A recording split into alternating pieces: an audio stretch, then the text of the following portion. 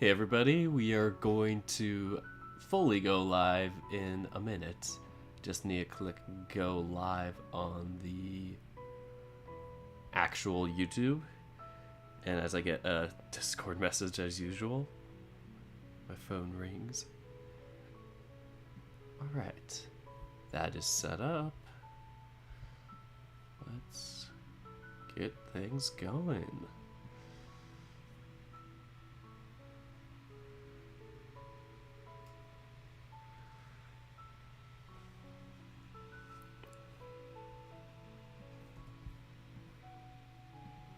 Here we go, we are starting at 1 minute this time.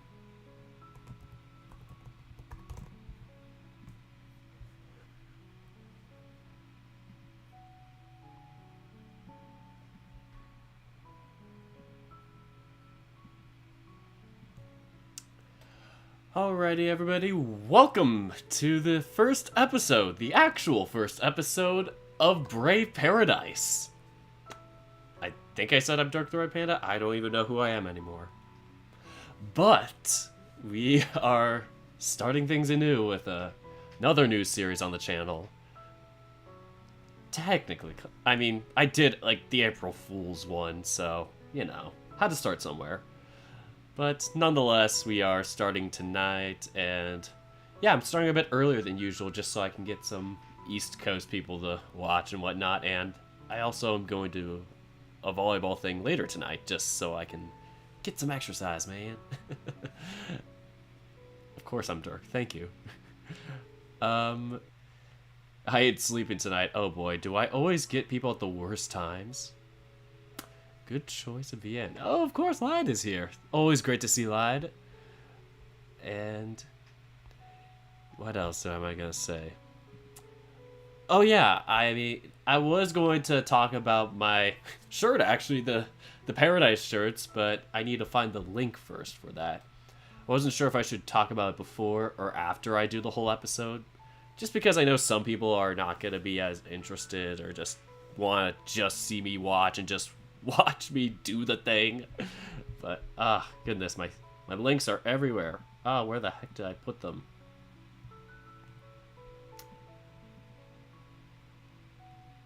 Did I put it? Oh, I put it in the Ocean Avenue folder. Because it's for my visual novel, Ocean Avenue. I am doing kind of a mix of a fundraiser slash, you know, kind of experimenting of my shirt design stuff and starting to sell shirts, I guess, in a sense. Not fully like a, you know, not full on business, but just for people, just kind of, this might be a one-off thing, maybe I'll do it more. I'm testing the waters, and so shirts like this, and there's also a white and a dark blue version, navy blue, that you could get, and I will get the link to this form. You can always retract your submission to this form if you're like, shoot, I can't afford it, or I don't want it, or blah blah blah. Just as long as you do it before I cut things off. The deadline should be sometime in August, early to mid-August. I am not exactly sure when. I still need to update the Google form to say that, and the link has been placed down there if anyone wants to buy a Paradise Volleyball Club shirt. Here you go.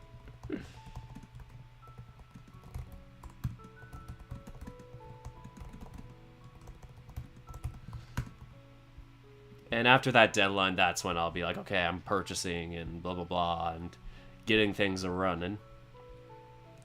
And if I do end the deadline earlier or whatnot, I'll be sure to give like maybe a week's notice, or at least a week's notice, just to be like, hey, I'll post it like on Twitter, be like, yo, this form is ending soon. If you have any last regrets or anything, refund.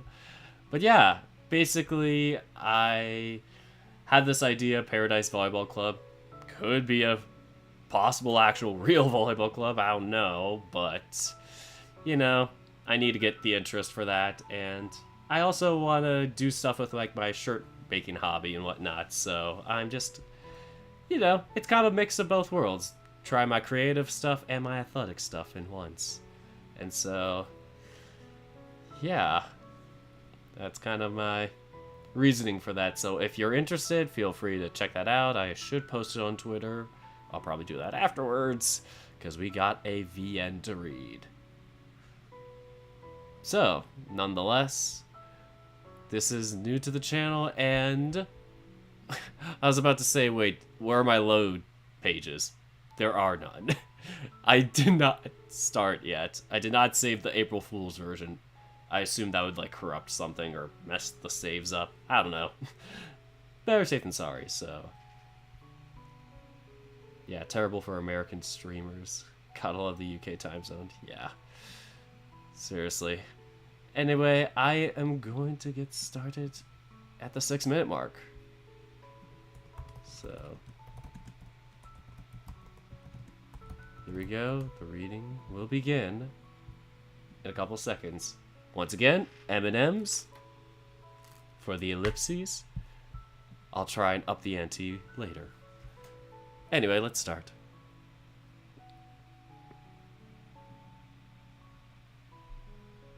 Let's start. Always have to click twice. As usual, Brave Paradise is a work in progress. This is a work of fiction. Names, characters, and places and incidences either are products of the author's imagination or are used fictitiously. Please note that all frames of faith, Veristian and Grismalian, are not commentary on any specific religion or religious beliefs in general. I did not realize there was a religion in this game. Any resemblance to actual events or locals or persons, living or dead, is entirely coincidental. Always good to know, just because sometimes you have like a real world-esque type of scenario, but you know, the world itself is fictional. Yeah. That always is tough for people to differentiate at times, but you kind of have to when you're a writer. Anyway, characters, dialogue, and events are subject to change.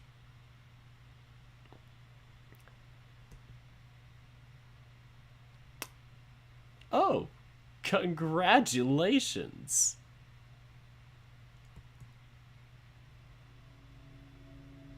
Today is an important day. You've been hard at work, and I got fired for it. Haven't you? And now you get to see the fruits of your labor. You must be delighted.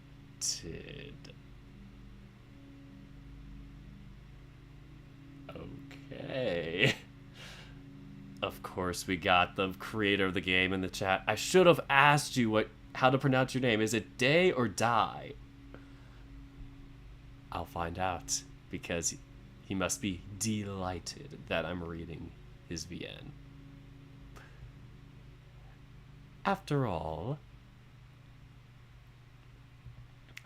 you really are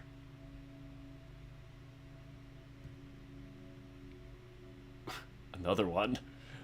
My most dramatic child. I don't want to spoil this, but is this the birth of the host?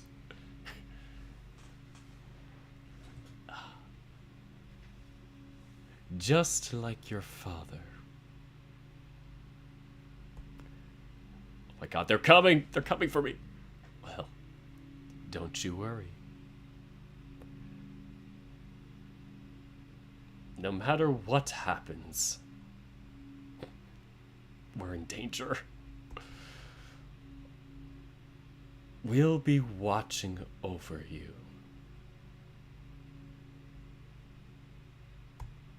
Oh my god, another one! Just as we have always been.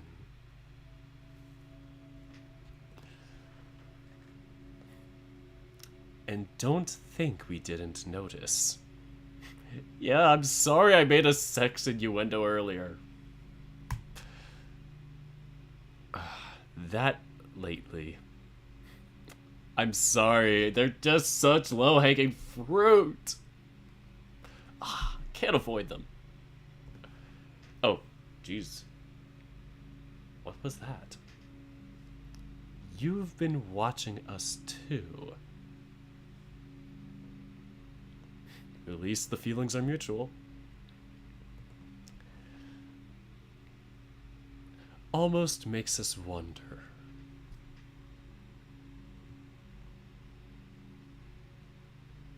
Who is your target audience?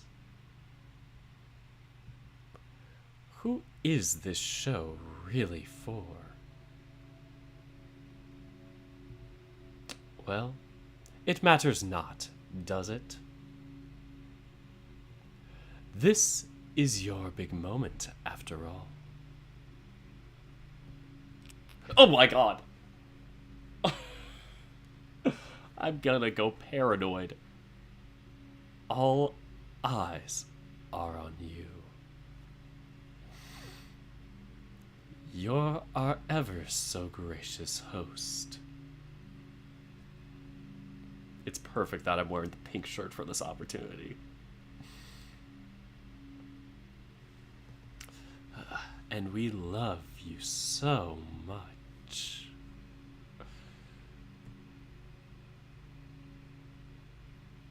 Can you feel it? They're almost here. Our guests are arriving. It's time for the game to begin.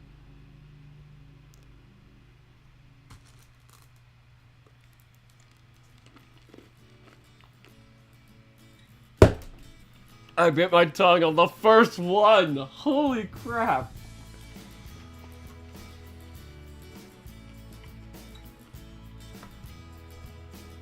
Ah, goodness, they are really after me. Ah, that hurt. Alright, alright. Come on, people. Let's move it. They should be here at any moment. Everyone, make sure you're in position. The sounds of shifting sands begin to subside as feet hastily find their destination. I should probably lower the volume. Oh no, it's fine. Okay.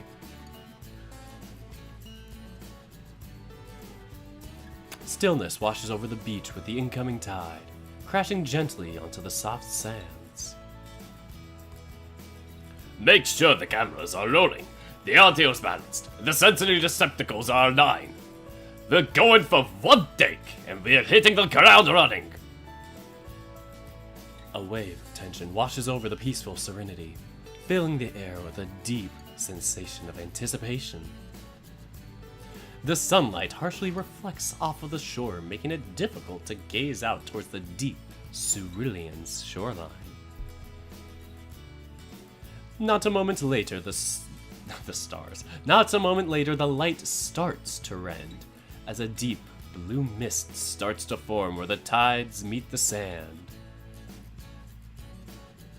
It swirls with increased intensity as an opaque, mirror-like oval begins to take shape. The faint sounds of crackling and snapping break through the silence as every eye on the beach stares deep into the vortex. Anxious feelings linger over as the portal continues to spin, bated breath waiting for a moment of release. Their patience is quickly rewarded as the shape of a figure forms in the reflection, ripping through the surface with great intensity. You burst from the rift, falling backwards onto the sand like a ragdoll being tossed aside. Your body leaves a short streak on the sand as you skid across the beach, stopping just a few feet before crashing into a pair of black boots. Here we go. This is my line. Whoa, whoa, whoa. You okay there, adventurer? Had it not been for the sand, you would have found yourself in a great deal of pain. As you begin to open your eyes, the bright rays of an afternoon sun above is blocked by a looming figure. Oh, here we go! There he is, the legend! Woo! Here we go!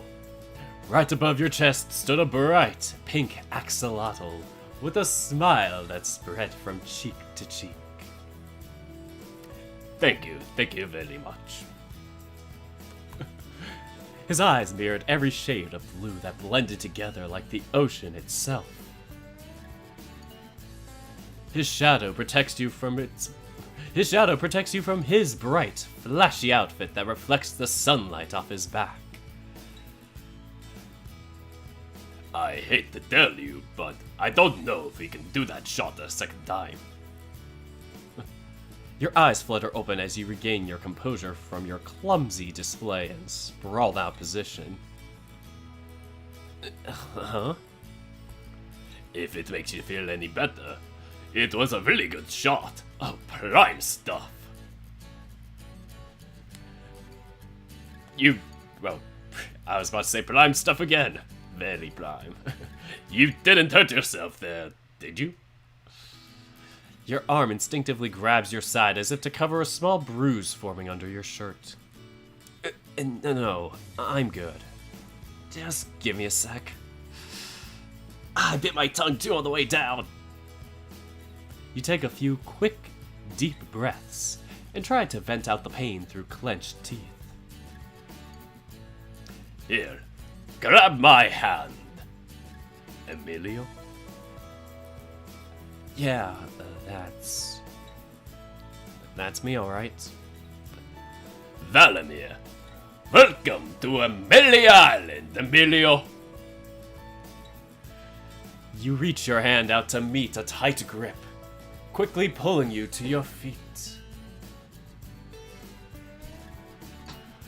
Oh, I love it so much. Never gets old. You stand up with a hunched back, letting your baggy shirt and sweatpants fold over each other.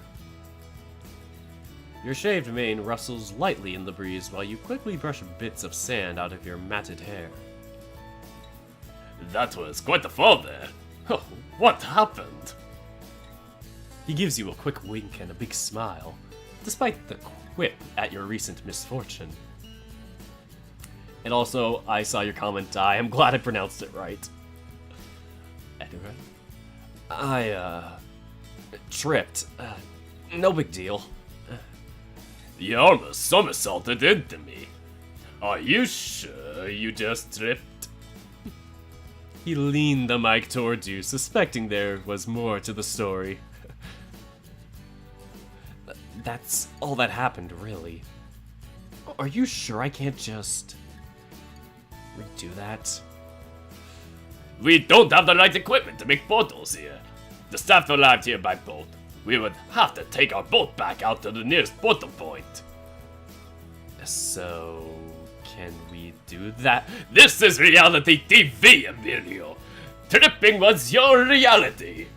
You're going to be faced with many difficult challenges and decisions very shortly that you won't be able to redo.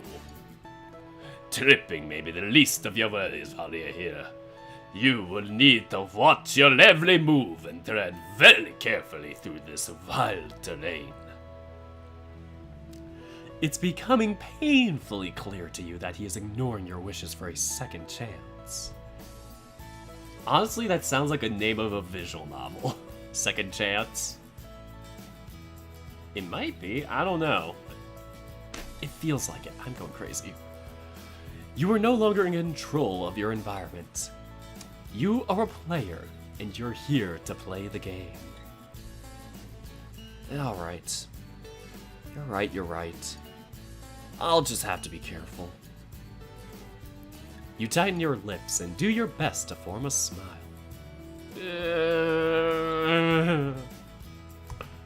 There you go, chump. The ability to move past one's pride and accept yourself for your faults is the trait of a hero. There is more to heroics than...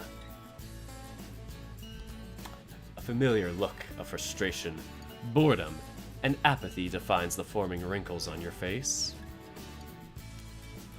Although it's hard to take your eyes off the flashy axolotl, his speech quickly loses your interest. You start to look around your new home for the next 2 weeks. Your eyes gradually widen as you take in fresh, new sights. Your mind begins to wander as you take in the sound of waves crashing on the beach. The salty smell. That salty, salty smell that smells salty. And a breeze as cool as the other side of your pillow. Just meters away was a lush beach filled with a crowd of workers holding a variety of different equipment. Beyond the cameras, audio devices, and sensory replicators was a vibrant green forest, forming the grand center of the island. There was Esperit all around, and you could feel it flowing through you like a stream of calming energy. Surely you've never felt a sensation like this. The axolotl continues to smile as he turns his head in the same direction as yours. Beautiful, isn't it? Incredibly. I grew up as a city boy and never got to travel very far from home. So, something like this. Words wouldn't do it justice. You'll be able to explore it soon enough. But the other contestants are also arriving. Would you mind standing right about here? You manage to tear yourself away from the magnificent scenery as the familiar snapping and crackling and popping Rice Krispies begins to reverberate behind you. He draws a short line in the sand which you briskly walk towards while fixed on the sounds of the portal forming. Whoop.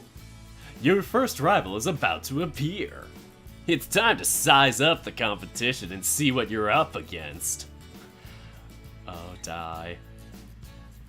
You turn to find yourself looking into your own reflection in the deep blue mirror as a figure starts to appear. As much as you try to focus your eyes on the center of the portal, nothing shows up. What the hell is in there? Had there been some kind of mistake? You barely notice the sounds of tiny footsteps hitting the beach just before a small, gray chinchilla pops out. Here he is. It's almost comical as the grinning chinchilla makes his way to you both from the overly sized rift. The axolotl steps out to greet the chinchilla. His knees barely completely his knees bending completely to get on eye level with the round dust ball. The legend. Hail, adventurer! Welcome to Amelia Island! Good? Thank you. The nervous chinchilla looks around with the same awe you shared moments ago, and you can visibly see the excitement flaring up in his chest. Oh no, it's Ken. Also, he's still so small. Agreed. And I just can't get over it. After being given the same directions, the excited dustball scurries over next to you. Meanwhile, Valamir walks back over to his camera crew. Aw, so adorable. The difference between you is amazing. You look down to compare again as you meet glances. Acknowledging your presence and friendly appearance, he greets you in a hushed tone. Hey, I'm Ken. Emilio. I never done something like this before. Have you? No. Can't say that I have. Yeah, me either. Excited? Kinda? I think I'm more nervous than anything. Yeah, me too. But I can't just help but get really pumped. He looks at you with a fierce determination burning in his eyes. May the best man win. Seeing Ken, who only reaches to your knees, form such a confident grin gives you reason to relax and smile back. Surely this must have been some kind of mistake. He must have taken the wrong portal. Yeah, let's do our best. Any hopes that you may have had for a miracle that you're the only two contestants quickly disappear as the third portal begins to open up with a crackle. Your reason for relaxation slowly fades away as these set of footsteps, unlike Ken's, are hard to miss. This time, a large figure, almost bigger than the portal itself, begins to surface. Here we go. Here he is! Emerging from the portal is a large canine with 3 sharp teeth dangling in front of his sizable chest. He's a full head taller than you, maybe more. He looks fairly well built, despite having a softer looking appearance. To match the Summer Island adventure theme, he seems to only be wearing his bathing suit and a pair of flip-flops. The words, "May the best man win," seem to echo across the beach as you nudge the equally shocked rodent beside you. Oh, Ken. Poor Ken. Oh, gods. Oh, gods. Before you stood an absolute titan, posing in a superhero-like manner. He was on another level of confidence and physical superiority. The large dog lifts his head, filling his lungs with a salty breeze before walking over to the normally sized axolotl. Hail, adventurer! Welcome to Emilio Island! Bryce? You got it. Thanks for letting me in. Really looking forward to it. If you're wondering why I got voices so quickly, I'm kind of replicating some of the voices that we did on Shin's channel. I need to link Shin's channel somewhere, anywhere. But yeah, go check out his channel. That's where we originally got the idea, and with his permission, I got to do this. Or more so, I just said, I want to do it. Are you cool with that? And he's like, yes. One tear comes down his eye. Anyway, 5 handsome boys.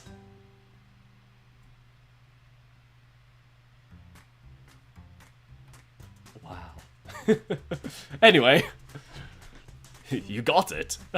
Thanks for letting me in. Really looking forward to it. Bryce puts his hand on Valamir's shoulder and scans the beach, as if Valamir were the railing of a balcony.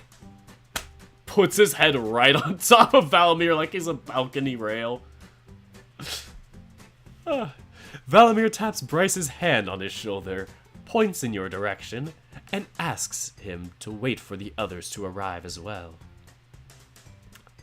The beast shields his eyes from the sun to see your duo as the flashy, pink usher steps away. Bryce jogs his way to your side, his fluffy fur brushing against your shirt as he approaches your left flank. The entire beach can hear your heart race as the giant shades you from the sun's rays. Despite already having a huge appearance, he seemed even larger up close. It was the complete opposite of Ken. Despite being only several yards from the ocean, the smell of salt water increases almost tenfold in strength. Once again, as you go up to look to compare your sizes, you catch glances with the squinted eyes of the large mutt. Hey. You Could crush me. You quickly grab your thighs as tightly as you can through your pants pockets in reaction to your Freudian slip. But your grip slightly unhinges as you hear Bryce start to quietly chuckle. I suppose I could. He gives you a quick wink. And then you get yoinked. He gives you a quick wink and pats your back with a soft slap. Back goes the death grip. Too nervous to continue the conversation, you turn towards Ken to find him similarly biting his lip and profusely sweating bullets. What the hell? Dude, we're screwed. You think you're screwed? All he has to do is step on me and I'm dead. You think my lanky ass arms are gonna stop him from throwing me into the ocean? Your arms are almost as tall as my whole body. You could throw me into the ocean from the other side of the island. I mean, even I could possibly punch you about halfway. Nah, I could take you. I've got some tricks up my sleeve. Oh ho, well look who's Mr. Tough Guy now. That's right. And I'll kick anyone's ass who stands in my way. You both can't help but laugh a little bit in pity of yourselves. You both will do fine. Great people come in all shapes and fun sizes. The whiplash from spinning your head nearly throws you forward. The bigger they are, the harder they fall, right? Don't count yourselves out just yet. Let's have some fun while we're here. As intimidated as you are, his kind tone and relaxed demeanor helps put you at ease. Even more so Ken, who now has a wide grin on his face. A familiar crackling and snapping echoes and catches the attention of your small trio as the fourth arrival materializes. Oh, dear God, it's him. Your eyes once again fixate on the murky depths when suddenly a large green arm rips through and grabs the end of the portal. Oh goodness, another thick green arm bursts through, grabbing the other edge of the portal, holding tightly to the rim. With both hands visibly straining, a large mass becomes visible, pushing slowly against the edges. It's Godzilla! Finally, the behemoth takes shape as a massive crocodile emerges from the portal, his sides straining against the smaller opening. He's so big. It always surprises me every time. He finally manages to push himself all the way through the portal with a loud, popping sound. Your hand flies to your mouth, trying to stifle a laugh from the pop. However, that clearly is failing to mask your insensitive gesture, if not making it worse. I didn't even know portals could make that sound. But you're quick to stop yourself as the tough gator stares directly at you. Just for a brief moment. Time seems to stop. I can see my life flashing before my eyes. But in that moment, my dog just barked. I think my parents might be home. But in that moment, you quickly... evaluate the appearance of your new competitor, from the crocs on his feet to the crest of his furrowed brows. You reach a swift, decisive conclusion based on your thorough, analytical review. Your whisper is barely audible to everyone around you. He's so round! God, what a good crocodile! Your eyes glisten like the stars above as your appreciation for this gator grows with every second. Hail, adventurer! Welcome to Amelia Island! Rex? Oh, yeah. Everything alright? It's very hot here. After shaking his greeter's hand, the gigantic reptile quietly makes his way next to Bryce, who is just barely taller, but not by much. Whoop. Oh, look at them. The gang is almost all here. It might have been the humidity of the beach, but Rex's heavy breathing and glistening, sweaty scales made him far more intimidating than Bryce. You look back down at Ken, who is sweating even more fiercely than before. You're gonna kick everyone's ass, right? Yeah, starting with yours. Oh, don't worry about me. I'm already given up. That makes me next, right? I mean, let's save the biggest for last. I need to work my way up the ladder. So I'm next. No! Uh-huh. Well, who's next in your murderous rage? You again. Just to be sure. Oh, Ken. You and Bryce quietly boo him in unison while Rex looks out towards the ocean, disengaging from the conversation. Man, the MC wants some of the tall boys. Laughs in Ocean Avenue. Contestants, please. I know you're all thirsting over each other. I know you can barely contain your excitement. I share in your boundless curiosity. Every fiber of my body is screaming out with joy. Every inch of my body is covered with goosebumps and anticipation. But please, try to keep it down so we can get good shots of everyone arriving. Your party hushes as the next rift opens upon the sandy shores. To everyone's surprise, a light blue mist starts pouring out of the rift, along with some flashes of light. Emerging from the portal, you can hear a muffled voice saying, Cool. Thanks, Dad. Love you lots. I'm sorry, I'm gonna keep that voice for him. I know it's not canon to the Shin version, but god damn it, it's gonna keep it. Well, I am gonna keep it. A pair of bright blue legs with some classy looking basketball shoes steps out of the portal, carrying a thick blue tiger with dark blue stripes. Every day, our thirst increases. He's got a star dyed onto his chest fur that's being very purposefully shown off by his completely open shirt. The tiger steps out of the rift and strikes a grand pose involving his right arm shooting towards the sky and his left arm striking towards the ground. Did I do it right? There is some loud, vivacious music playing from the rift as it all starts to fade and muddle into the quiet sounds of the shifting tides.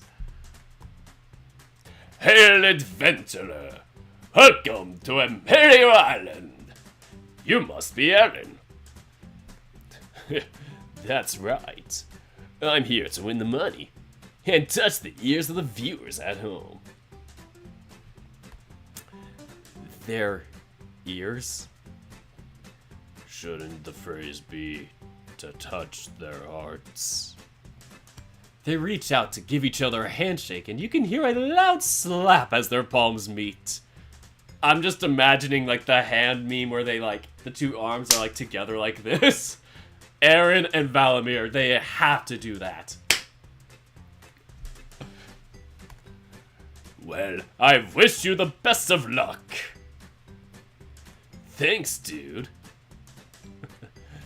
Seeing the two of them next to each other, they're both equally striking and gaudy. Aaron makes his way next to Rex and turns towards your group with a big, toothy grin. Ah, God, he's just, so good. Whoop. I've decided who's next. Or no, that's Ken. Aaron. Oh, Aaron. I've decided who's next. It's you a third time. You poorly hold in your laughter as the toothy grin turns into a look of confusion. What's next? Ken here says he's gonna kick your ass and throw you into the ocean. Ken swiftly kicks you in the leg. which makes the sound of being hit by a hard marshmallow. Oh, he's just so cute. Oh, that's cool. Right back at you. Oh, good. With Ken out of the way, I don't feel like giving up anymore. Yeah, that's a weight off of my chest. Aaron gives you both finger guns and turns his gaze back to the sea as Ken quietly grumbles to himself. Despite his stature being the center of our jokes, he retains his look of confidence. But I like all of the enthusiasm. This is turning out to be a fun little group. Should be a fun competition. Right? Does anyone actually know what we'll be doing here? The details are pretty vague. I don't. But I remember what the message said. It was something like, "Insert message here. Tired of your boring daily life and need an escape? Want to be part of an exciting new competition? How about a 2-week adventure on a beautiful tropical island? Better yet, what about a chance at winning 100,000 merits?" Okay, I'll stop. Imagine if I just kept making Amelia's voice more and more cartoony as the whole series went on. I would feel sorry for y'all. Think you have what it takes to become the best? We're casting for our brand new show, Brave Paradise, and we want you to be a part of it. All applicants must meet the eligibility requirements in order to be considered. Click the link below to see if you qualify for this incredible opportunity. Then he starts to read off like the addendums at the end. Sincerely, Valimir, insert last name here. Insert phone number here. Insert social security number here. Aaron claps at your impeccable memory while you take a quick bow. To be perfectly honest, I've read that same paragraph time and time again, so it's no surprise that I've actually had it memorized. I spent hours upon hours looking for any other details about the listing. Nothing. Zip. Nada. Then suddenly, an acceptance email popped up. Not once did it actually say what we're actually supposed to do. Maybe we'll be a part of a private Summer Olympics. Because the real Olympics is actually very biased, especially Team USA. Ugh, I really hope not. I'm hoping it's something casting related. If it is, I'm leaving. Not even gonna chance it. Not a fan of casting? No. Everyone has their strengths and weaknesses. We're the strength guys. Rex grumbles, but he knows that Bryce is right about the enormous duo. If you're competing on strength or sport alone, you'd be screwed. Ken had the look of someone who could be proficient in spell slinging, even if it was solely based on stereotypes. The spell slinging slasher! As for Aaron, the defined sculpting of his exposed torso implies that he is a strength type as well. While you seem to get lost in checking everyone out, you hardly notice the new portal swirling ahead like a stew of Esperit. This time, another smaller figure pops out, just about the size of Ken, but by contrast, they have completely different appearances. Compared to Ken's conservative appearance, the mole has no shirt, no shoes, and no service, and carries a large band of wild berries on his neck.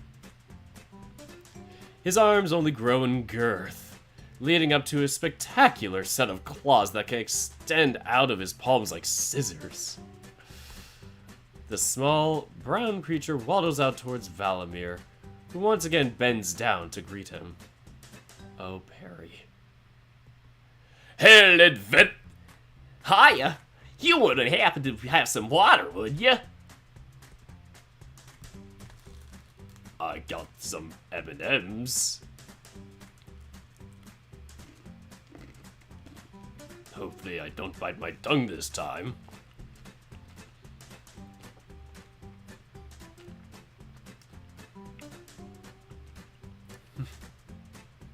I could see y'all are really getting into the path ideas now.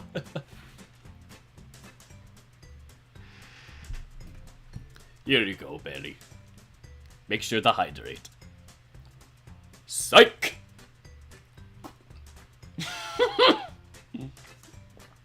I just got it all over me. I am such a klutz. God, the things I do for this channel. No, I'm not gonna take off my shirt because it's wet. Not on me at the moment, but we could. Oh, alright. I'm Barry. I like how pink you are. You're like a peach in the sunset.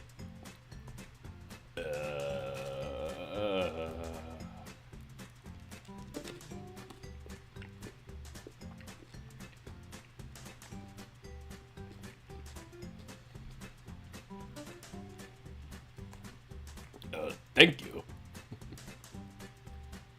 Welcome to Amelia Island.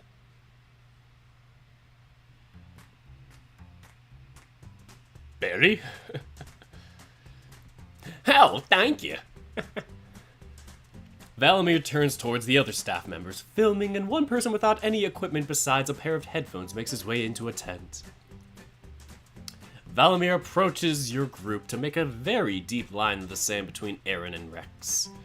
Following this action, Valimir offers him some water as long as he stays in your lineup. Whoop! As he comes closer, there is a waft of earthy smell coming from his dirt-encrusted claws. The sweet smell of the berries around his neck hide a deep musk that suggests hygiene is probably not a big concern or priority.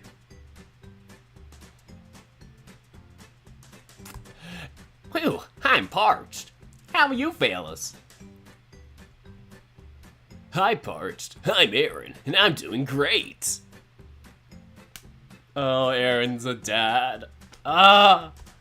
Well, I'm not parched. I'm Barry. Oh.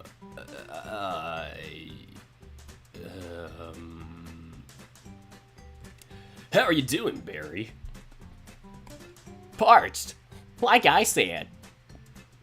Aaron looks at the rest of the cast with a blank expression while the headphone-wearing staff member brings Barry a stein of water. Ken? Emilio? Don't hurt him, Ken. If anything, I feel like Barry's gonna yeet Ken. I didn't say anything! You didn't have to. You're such a bully. Barry quickly finishes his drink and passes it back to the staff member. They cautiously grab the stain, being careful not to touch the same, now dirty, places on the mug. Disgusting! Ken is a bully? Oh yeah, he's gonna beat your ass all up. But he's so small. We're the same size! And I have big claws. Big, meaty claws. Yeah, you better be careful with those. You could pierce someone's skin. More than could. I'm a stabbing machine. And that's how Barry ended up going to jail for murder twice. No one wanted to stand next to Barry anymore. No one ever wanted to be within 500 feet of Barry ever again. Oh, so what did everyone bring? Our object of choice, The staff should have it, right?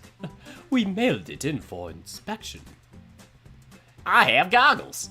I can't see without them, so he said I could just bring it. I'm surprised. I was allowed to wear my glasses without it being my object of choice.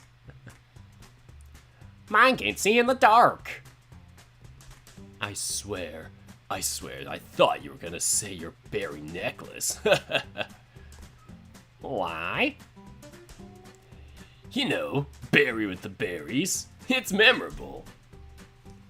I wouldn't waste my object on a snack. Turns to Emilio. But that is why you wear them, right? Yeah, kinda. What about Mr. Big, Green, and Mean? Just a photograph. Look at this photograph. Every time I do, it makes me laugh. Aw, that's sweet. Someone important? Yeah. Some cliches you can't just beat. There's a bit of a pause as we all try to figure out what that even means. I'm Emilio. I brought a pocket floral guide. I thought it'd be cool to explore the island a bit if we have time. That's cool, Emilio. Let me know if you find anything cool. Hell, maybe we can walk around together. The chat goes nuts. Sure, if we got time. But who knows if we will. True. Anyone else want to share? I brought my trusty fishing pole. It hasn't failed me for a whole year. Oh, they tend to snap pretty quickly. Heh, mine's a secret for now. I'll show you guys when it finishes inspection. Oh shit. Then I'll keep mine a secret too. It's better to show it off rather than talk about it anyway. Secrets are no fun. Secrets hurt someone. Oh shoot, that's Barry's voice. Close enough. Ken and Barry's are pretty similar. They both small. The next person is showing up. Sure enough, the next portal has started to open. Everyone is quieted down as Valamir focuses his attention on the rift, making sure that it was forming appropriately. This time, a purple bison with a similar body type to Aaron started to surface. Similar, yet bulkier. Meteor. There he is. A loud snap causes him to jump back a little bit and exit with a quicker pace. His drooping eyelid and frown suggested that he might be the most nervous one here, despite appearing among the most capable of any kind of competition. Valamir strides out to greet him and confidently extends his arm out for a handshake. However, Valamir is only met with a softer, less enthusiastic grip. Hail adventurer, welcome to Amelia Island. Hector? Thank you. Did you have a bad trip? You don't look too pleased. You're here now. You should be happy. As I knock you. The bison cracks a nervous smile, but he gives off the impression that he's putting a great deal of effort into forcing it. You flash him a cheery smile, but he doesn't seem to notice. He's also one I'm considering, possibly. It's so tough to choose between them. We all know who we're going for on the Shin VN version. Or, well, Shin's channel playthrough. But yeah, anyway, let's continue on. The bison takes his place next to Aaron. The addition of the large bison only seems to make Barry and Ken shrink in size. Compared to when everyone else arrived, There is a quiet lull in conversation before Barry speaks up first. What did you bring? Uh-huh. You're one item. What did you bring? Oh, I'd like to keep it to myself. Until tonight? No. I would rather just not share it. Barry makes an audible sigh of frustration and taps his foot on the ground repeatedly, as if it was stamping out his temper like a small flame. It's okay. A couple of us didn't want to share either. Now, everyone needs to spill the beans and I'll spill them myself. If Barry is saying that, we are all dead. I don't think that's how that expression works. Hector rubs the back of his neck with unease as he looks around towards the working staff lined with the recording devices. It's kind of hard to tell what he's thinking, but venturing a guess, he looks like I can't read. He looks like a potion half empty kind of guy. Other than the sound of tiny claws tapping and scattering sand, a heavy silence covers the beach. No one is really sure of what to say, or what is to be said. However, that lingering, curious question temporarily revives the mood. Hector, right? Do you have any idea what we're supposed to be doing in this competition? There's a look of surprise as Hector notices everyone turn towards him expectantly. He clears his throat and speaks up. No one said anything. No. Did you hear anything? No. No worries.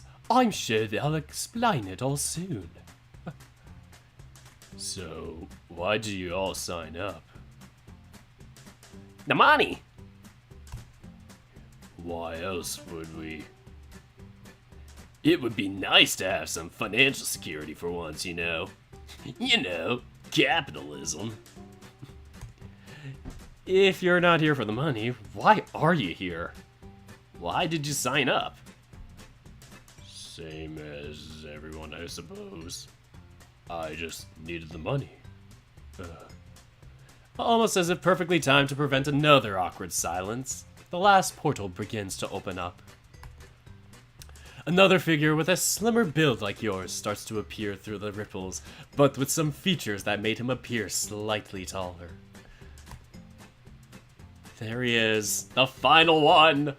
From the mist, a deer appears with his arms crossed and a printed button-down covering his white t-shirt, hanging above his tight blue jeans.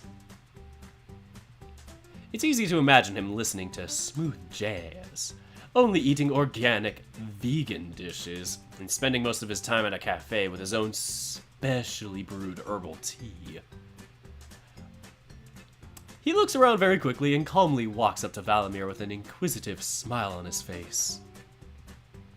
Hail, adventurer! Welcome to Amelia Island! Dorian? Thank you. I'm excited to be here. I hope you'll take good care of me. Well, that would defeat the point of the show now, would it? Wouldn't it? Okay, we're going live! But I digress. I'll explain more momentarily. Now that everyone is here, will you join our lineup so I can explain what we got in store for y'all? Absolutely. Dorian walks briskly to his place next to Hector, taking in the scenery as much as he can before settling in the spot. Fantastic! Welcome, everyone! I'm sure you all have been wondering what on the terra you're doing here. A remote island in the middle of nowhere. All of your questions will be answered momentarily. But let me start off with a few words. Story time.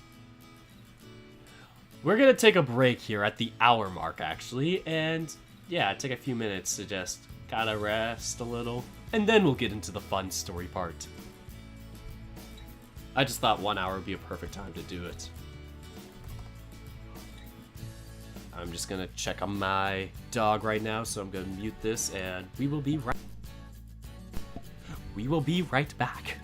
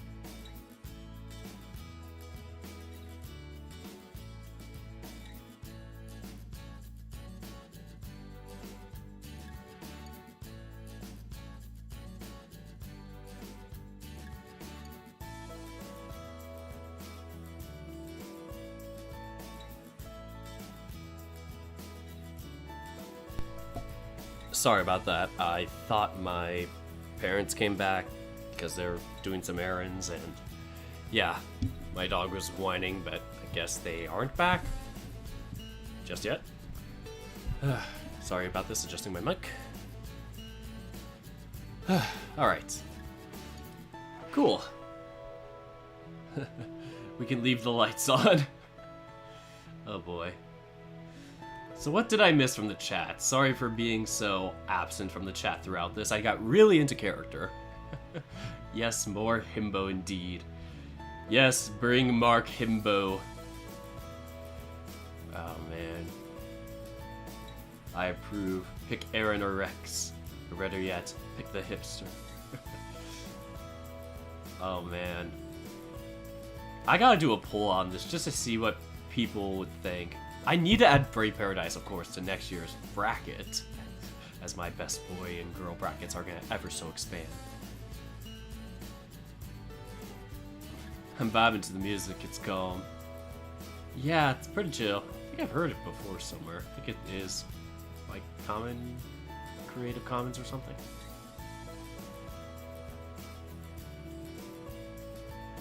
Alright. Are y'all ready to continue? Gonna have some M&Ms to snack on just in between.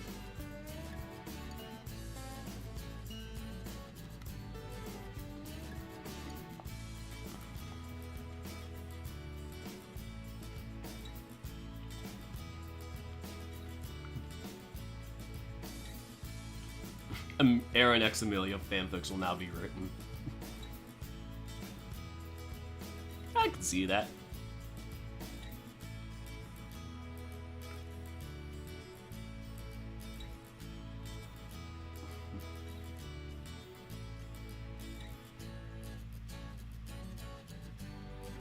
Anyway, let's continue on. Oh, Barry kill everyone after they shared... Or, Barry kill everyone after everyone didn't want to share what they brought. That's how Brave Paradise ends. Oh, dear goodness, that would be one heck of an abridged series. And it was his third time he went to jail. Okay, we're gonna start at 105.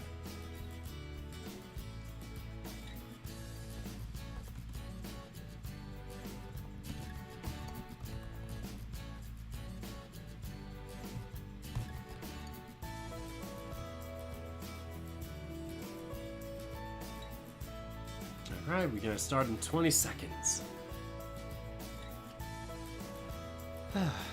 So yeah, I'm loving the vibes. Just gonna check to see if there are any texts. No, parents didn't text me or anything like that. Normally they would if they had come back or did something like that. Okay. 4, 3, 2, and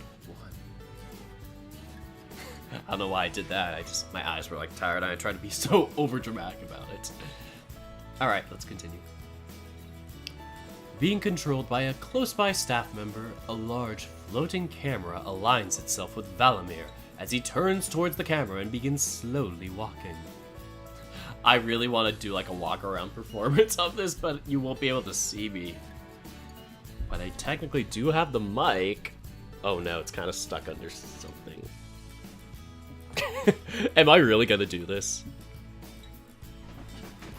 Maybe. I am slowly walking now. Okay, I'm not gonna do it. This is gonna be too crazy. I'd have to actually take the mic out. God damn it, I ruined my own fun. Why must I have common sense? A long time ago, back when technology was limited, we struggled to make our place on this planet. The gods were all we had to guide us. However, the Velistian and Grismalian flames of faith tore our world apart. Ishvalda and Alavant were locked in a great, everlasting war. Galeria was but a mighty battleground where the tough either got tougher or fell, only to rise again in the next rebirth. A survival of the fittest ravaged Dela and shook the bitter hells of Delanima. It was every beast for themselves. Amidst the chaos, wild monsters roamed the land. Dragons hoarded gold in their lairs, and evil mages tried to take over the world. In the center of it all, the small nation of Valeria became a hub for adventurers who sought out to bring peace back to their Dela. Brave adventurers made their coin by completing dangerous missions to make their world a better place. Velistia and Glismala, touched by the grand displays of courage and justice, cried out for peace on our planet. The gods worked with the adventurers in harmony, and Galeria transformed from a mighty battleground to a utopia of commerce. Quite a beautiful recollection of history, isn't it? Some days, it's hard to believe that this all happened only 300 years ago. America be like, surprise, this only all happened 300 years ago. Well, it's like, what, 250 or something like that? I don't know. I can't math. Today, you might go to the zoo and see some domesticated monsters. You might find dragons in your shopping mall buying your old gold rings. And if you're truly unlucky, your boss could be an evil mage trying to take over the stock market. It's too bad we have 3 taking over right now. Anyway, nothing about this is coincidence with the reality of the world. Now that we enjoy the comfort of modern technology and civilization, it's easy to forget our roots. Hi, I'm Valamir, your host and your island master.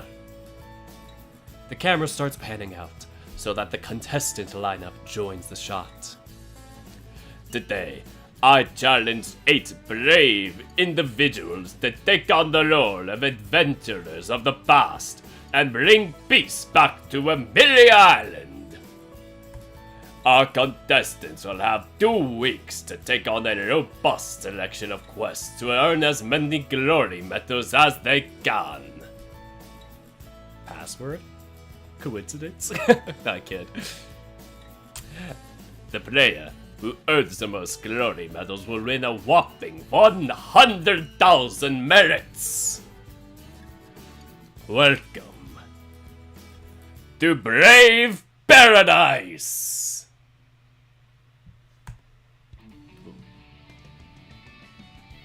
Woo! Party! I'm loving the music. Episode 1. Welcome to Brave Paradise. I guess we'll technically say that's the start of episode 1.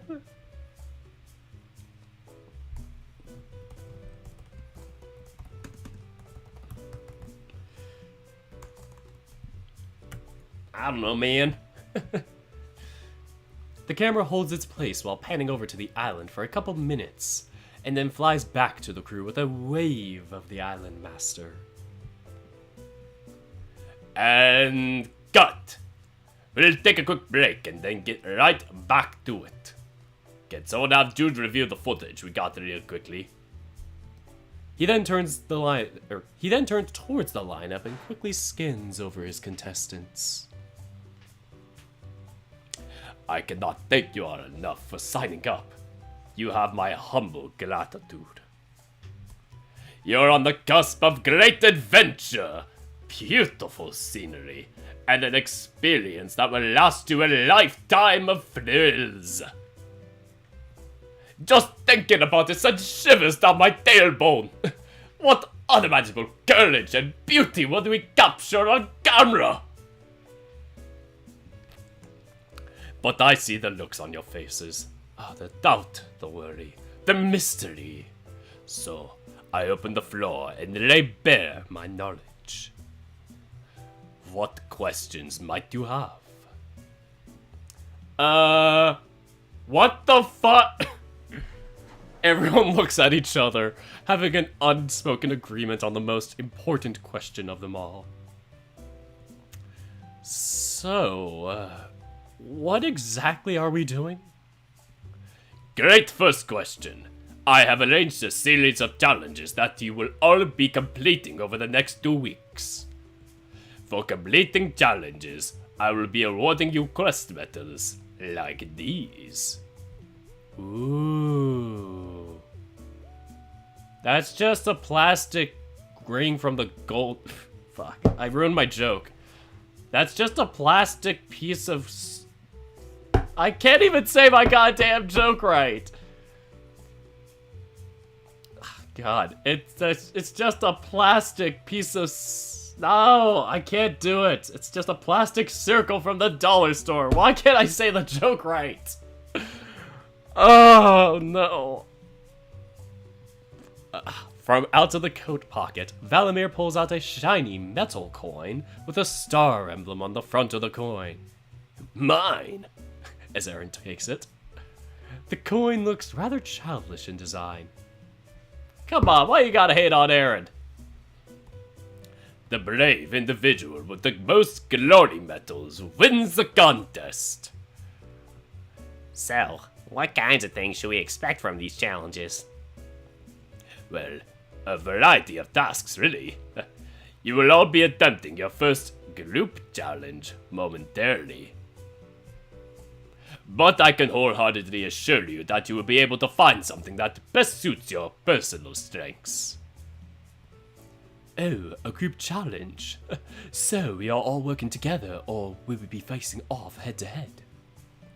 You will all be completing for your own. You will all be competing for your own benefit, and may the last one standing reign supreme. The winner will get a head start on quest medals. I'm still confused, but curious. The advertisement was surprisingly vague. Was there a purpose in that? I wanted to make sure people weren't preparing in advance. You would be surprised how many schemes contestants formulate. But my dog is barking. I'm going to check up on him.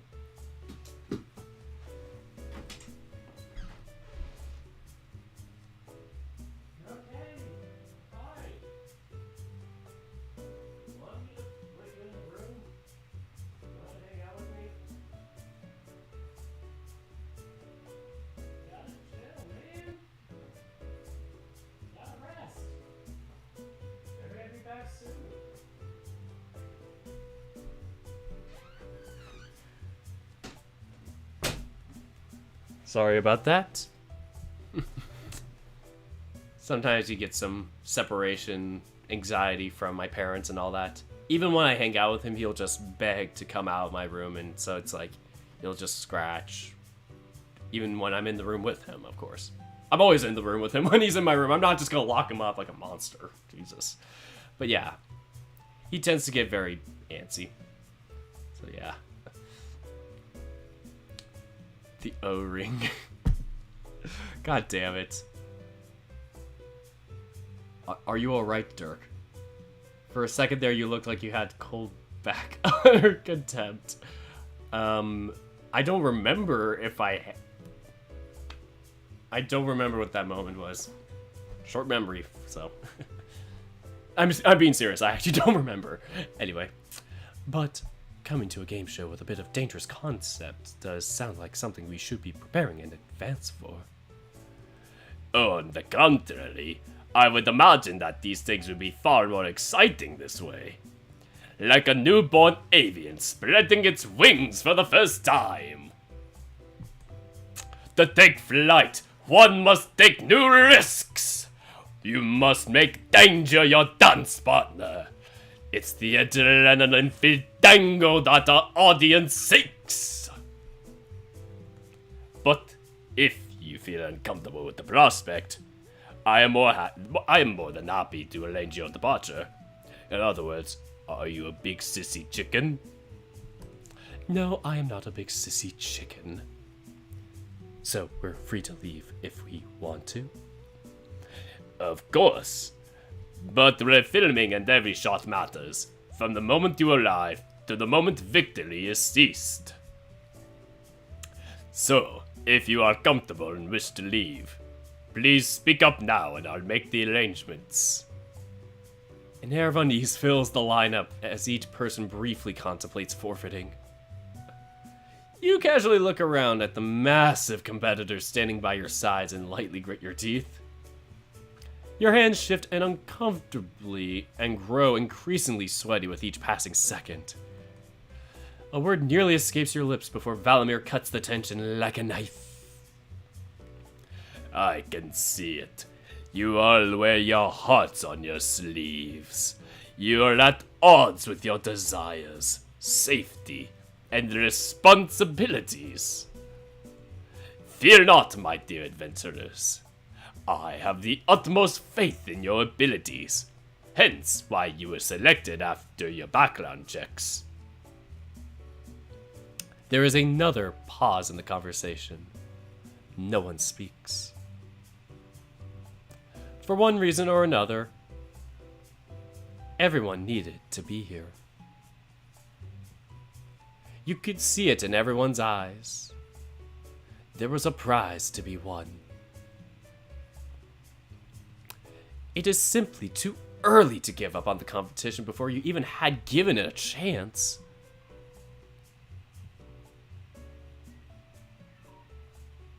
I'm sorry, I'm just gonna double check. He might be really just getting the anxiety. So I'm just gonna take a quick pause. Be right back.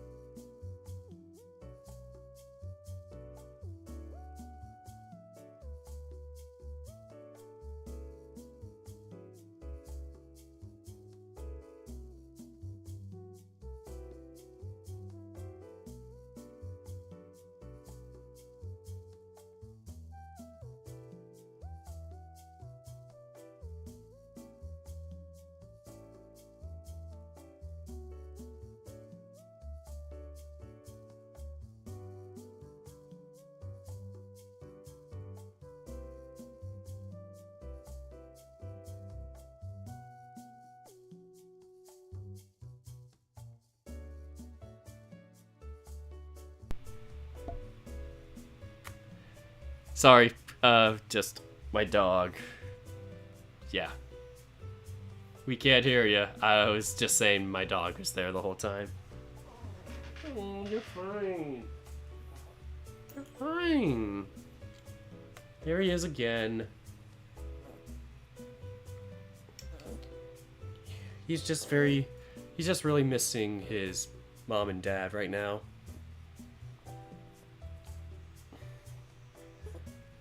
You're okay. Alright, so thanks for letting me know, Husky Boy and SMR. Sorry about that. Yeah, and Evil Reigns. Yes. Yeah, they tend to cry a lot when they're younger, but smaller dogs just tend to do a little more so, just because some breeds are a little more Velcro-like. So normally you never let me.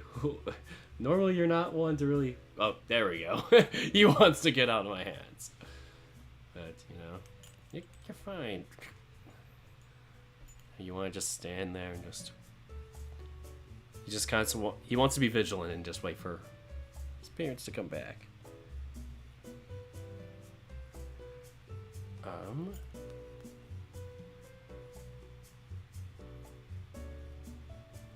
Do you need to go out? He also has a little kind of like diaper thing on him just because he's older, and sometimes he gets too nervous. Yeah, Malamutes can be Velcro dogs as well. Sorry to just quickly check. I'm gonna just quickly. This whole part I should do a "we'll be right back" moment. So enjoy the music while I just double check to see. No, you did not. Good. I just didn't want to show your diaper on camera because that'd be kind of gross. Okay, you're fine with that. Okay, so I think I started around 118, was it? And we're going to just continue at 124.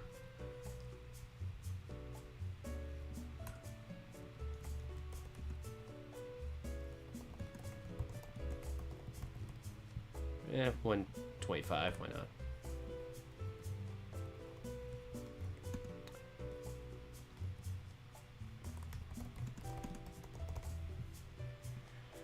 Okay, I addressed it as break for Doggo.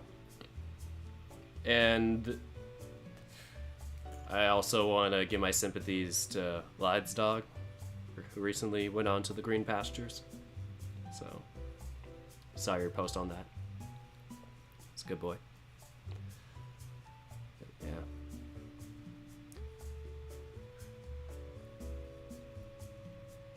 Anyway, whatever doubts were in your mind are kept in check. You fight the urge. Oh, I need to start. There we go.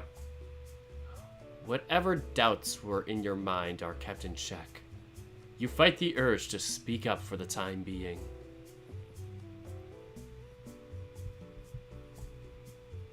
You don't speak up for the time being. Durian, who seems rather unfazed by Valamir's invitation to leave, resumes where he left off. Well, I think it's safe to say no one will be leaving then. I'm assuming there are cameras all over the island to make sure we complete these challenges. Yes, considering that this is also a survival show, we will be unable to follow you directly while you work. Oh, ruins the atmosphere. When you say survival show, what exactly do you mean? Well, that plays into the theme, really. Adventurers of the past, as you well know, were more akin to traveling mercenaries. Most adventurers traveled so often that they did not have permanent homes or informed caravans. So when they were not staying in towns, they had to fend for their own. You may consider all your fellow contestants as part of a big caravan. But despite the competition, they will be your lifeline for support. We will supply you with the necessary tools that one may need to create your own campsite within reason. Valimir calls over a staff member who seems to be carrying a large lantern with a small glowing crystal in the middle of it and a large rolled fabric.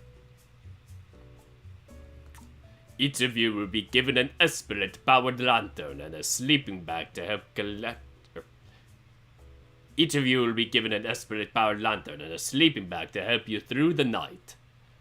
However, you will need to spend your own time collecting food, water, and supplies. There is a bountiful collection of fruits and a multitude of fresh water sources throughout the island. You will also be receiving a water skin to retain the water. In fact, we'll have a little feast in your honor tonight, so you can get a sample of the cuisines you can harvest while you are here. Nice. Nice job, dude. Woohoo! A feast! Are we gonna be able to cast Viables here? Aren't we pretty far from any towers? Really not. We have our own spirit tower on the island, and quite an impressive one at that. It has coverage over the whole island. When you arrived, your Surtex Smartcasters should have automatically connected to it. You're authorized to freely cast Viables during your stay. A few contestants check their rings, tapping on the screen that is about the size of a fingernail and checking the connection strength through the tower. Just a reminder that all viable spells will be legal and encouraged. Fanatic spells are still prohibited. You'll be keeping a track log of what viables are cast through the tower. So no funny business, got it? Rex noticeably displays his discomfort as he shifts his balance and tenses his crossed arms. On the other hand, Barry hunches over far enough to nearly fold himself in half. Barry is a criminal, I swear to God. He's a wanted criminal in at least 5 states. Yeah, I probably should have mentioned it a little more, worded it a bit better. That my heart goes out to my during this. But anyway. Is it okay if I can't cast? I never got a license. Seriously? Yeah. I don't cast either. I mean, Viables are just convenient. I doubt they are actually going to do us much good anyway. Indeed. Have no worries. There will be plenty of quests that will require no casting at all, including the group challenges. So, what is the group challenge? Well, if there are no more questions, we can get started right away. Just as Valimir turns away from the group, Hector steps forward with his fists clenched, ready to deck Valimir. We still didn't get a solid answer. Are we going to be in any real danger? Who's going to take responsibility if any of us gets hurt? Valimir turns back without hesitation, a bright smile radiating proudly on his face. I will take responsibility, of course. But as they say, no pain, no gain, right? If we all follow the rules, no one will get hurt. Severely. Foreshadowing. Everyone here has signed a waiver, so I hope that the risks were made clear in advance. Speaking of the rules, oh my goodness, I haven't covered them yet, have I? Valimir puts his hands behind his back before straightening his posture to help define the importance of his next words. Sorry, little guy. Are you okay?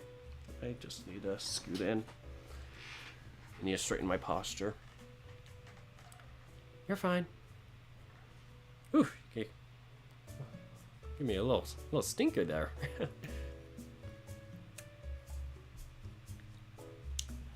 1. You may not harm any of the staff members or contestants. Injuring another contestant will result in a loss of quest medals. Severe injuries will result in disqualifications and legal ramifications. 2. You can hold one quest at a time, and it must be finished or cancelled before you can accept a new one. 3. Only 2 people may sign up for the same quest. You may either work together and receive the rewards together, or compete for the prize. 4. Group challenges are mandatory and all contestants must participate. Failure to participate will lead into disqualification. 5. Have fun! With a heart next to it. I could just imagine Valimir writing the 5th rule down and just be like, have fun! Exclamation heart as the dot. Valimir winks at the rule.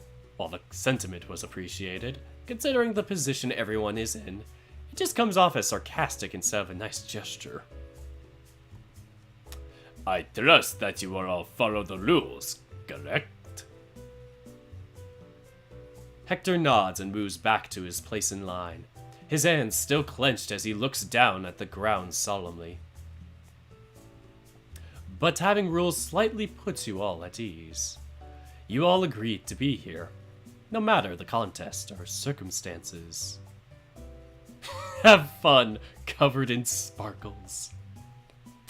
I would not be surprised if the whole sheet was covered in sparkles. There was another pause of silence. The biggest questions had been answered, and yet no one seems satisfied. All that is left is to get started. How else could anyone know what to ask without participating first? So, if there are no more questions, why don't we head over to our first group challenge? We want to make it look like you all got started as soon as you arrived. After the group challenge, I'll introduce you all to the staff and you'll have some time to explore the island before the feast. Are you all ready to dive into your first quest? You nod with a little excitement fluttering in your chest, and Valimir begins to lead the group down the beach. Down the beach.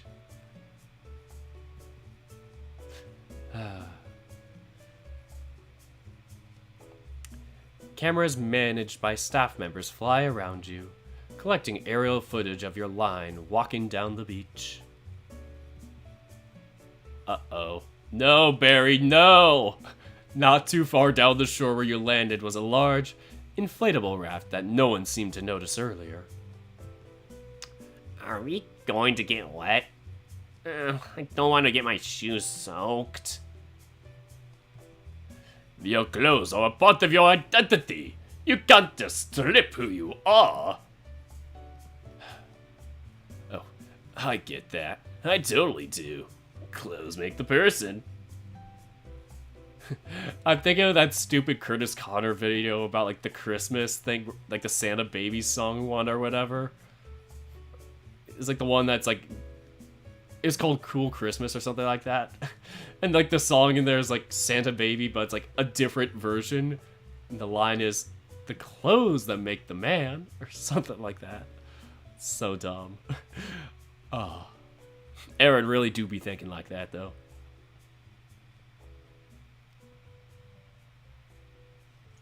Yep. You getting up there, Oreo?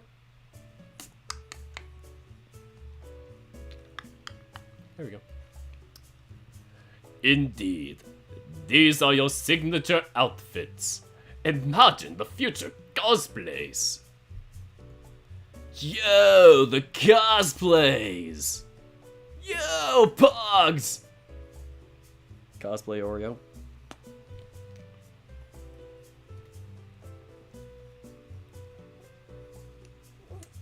Oh, don't jump off. Everyone else audibly groans. These two should have never met. But you can lose the shoes if you desire. If you want to stay dry, just simply win. Everyone with shoes decides to take them off, with the aid of staff members. The contestants climb aboard the large, inflatable raft before it's slowly pushed out. Barry needs some extra assistance getting into the raft without popping it. Intentionally. I think I might need to raise the volume of the sound.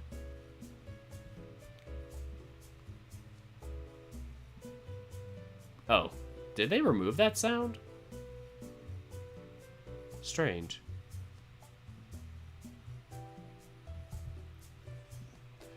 Velimir and his crew members hop into a sizable boat that tows the raft out to sea. You dip your hand over the side of the raft and feel the clean, clear water flowing through your fingers as you drift further from the beach.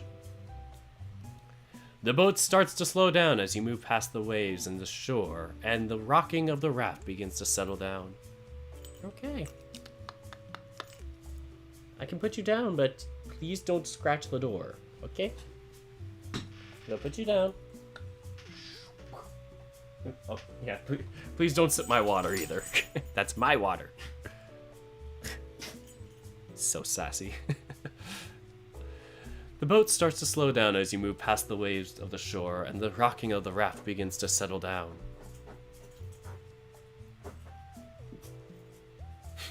Scratch the floor instead.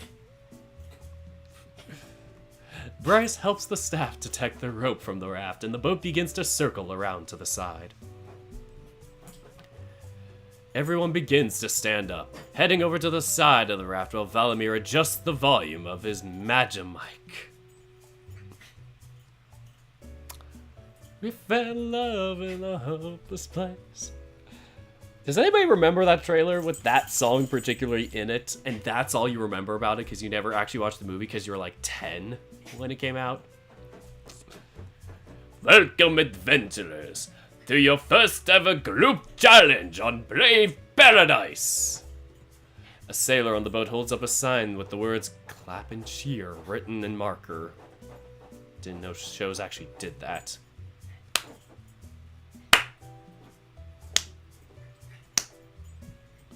On cue, everyone claps and cheers at varying levels of enthusiasm. You give your best slow clap. For your first challenge, your goal is to be the last one standing on this raft. You will be allowed to push and pull, as well as use any variables of your choice. The last one on the raft will receive a whopping 5 glory medals. That's a significant head start towards victory.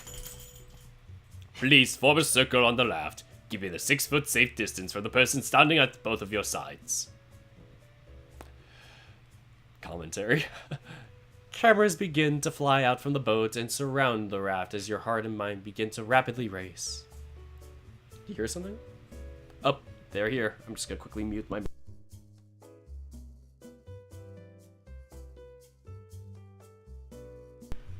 Yay, they're finally back. My parents are back, and I remembered to unmute myself. Alright, let's carry on. Cameras begin to fly out from the boat and surround the raft as your heart and mind begin to rapidly race, unaware that your thoughts manifest into a low murmur. Okay, let's review what I already know. What can I use to my advantage here? The 3 people I should be avoiding most are Hector, Rex, and Bryce. I'm no match against them in a battle of strength. That would be fairly stupid. I'm not so sure about Aaron. He's got more muscle on him than I do, but he seems predictable. Or unpredictable, actually. If anything, I could possibly outsmart him. I don't know anything about Durian, but we would probably be an even match, strength-wise. It might even be possible to form some kind of truce with him for a while. Barry has a natural weapon with his claws, but he's not in the greatest shape. Wonder if I'd be able to pick him up. Though your mind seems to be accelerating without stop, you're out of time as you reach the other side of the raft next to Ken and Aaron. Was Ken someone I needed to be worried about? Think. What possible viables would help me right now? You begin to go all over the different types of viables you could potentially use and safely and defensively. Or you could potentially use safely and defensively. Viable for conducting electricity to charge a phone might throw someone off their guard, but maybe I should be careful with that out of the sea. Lighter viable might be dangerous in case someone's fur gets set on fire. Intimidating, but more likely to get me in trouble than save me. I have a custom blow dryer viable that I could possibly use to blur someone's vision momentarily. But a little wind isn't going to stop me from getting suplexed. Like Tano. You rustle through your hair as you rack your brain for anyone else you have that could possibly help you, but viables are legal for a very obvious reason.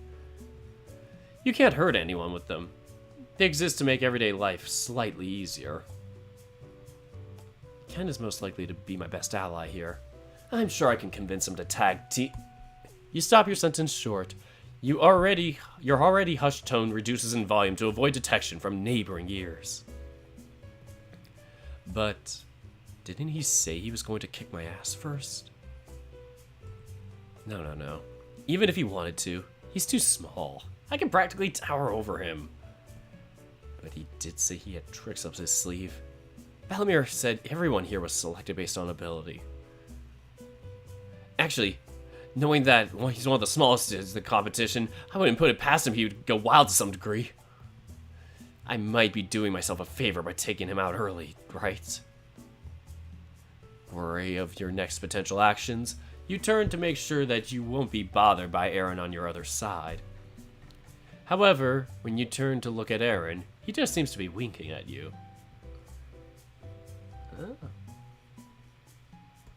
He turns back towards the center of the circle without giving any more gestures, giving no clear indications of his intentions. If everyone is ready, we can begin the first group challenge. Reluctantly, you crouch down and get ready to make your first move. Aaron won't be able to catch you if you head in Ken's direction. You can probably reach him before he recites anything. You lock glances with Ken. He seems to have a fixation on you as well. I wish you the best of luck. We'll be beginning in 3, 2. Ken quickly nods and smirks in your direction. 1. You tense up and bend your knees like a spring. Begin! Although you are facing forward, you immediately shift directions towards Ken and lounge forward with a momentum that sends you flying. Stomping your right foot on the mesh surface as hard as you can, you use what momentum you have to pivot your left leg swiftly around your body like a whip. Dear goodness, it never gets old. Your foot connects with Ken's pillowy stomach as your heel sends ripples across his belly in slow motion. He just got punted. Everybody, it's Kick the Ken. Everybody's favorite game. Kick the Ken. Will you be the next chinchilla kicker? His feet lift off the ground as you punt him a surprising distance from the raft. Emilio is the first to make his move as he sends Ken flying off the raft with delivering a swift, decisive kick. Yeet. The sound of a boxing bell echoes just as Ken plummets into the water with a cannonball-like splash. Seconds later, he emerges from the water while he scrambles to find his glasses floating nearby. Emilio, what the hell was that? Ken flounders in the water, collecting his breath as the boat sails by to get him out of the water. Don't play dumb. I saw the look you gave me. I'm gonna make you trozen you. Oh, like I believe that. That's why I was nodding my head at you. Oh god, I got the hiccups from that. Nodding. It could have mean... Your tiny chinchilla nodding at you says, I'm gonna get you? Yeah? I don't know, you kicked me earlier. Consider it payback? Maybe you took it a little far. Valamir reaches into the ocean and pulls him out of the water. A staff member provides the shaking rodent a sizable towel. I mean, to be fair, I totally missed that line. Crap, where am I? I mean, to be fair, you did say you were gonna kick my ass earlier. And I'm still gonna when you get off that raft! You turn back towards the group to find everyone staring at you. Barry and Bryce are quietly laughing while Rex seems to be staring in disbelief with his jaw hanging open. Hector assumes a wrestling stance while shooting dirty looks in your direction, and Dorian seems simply unfazed as if nothing happened. You look over towards Aaron, the closest person to you now, as he looks at you with an air of disbelief.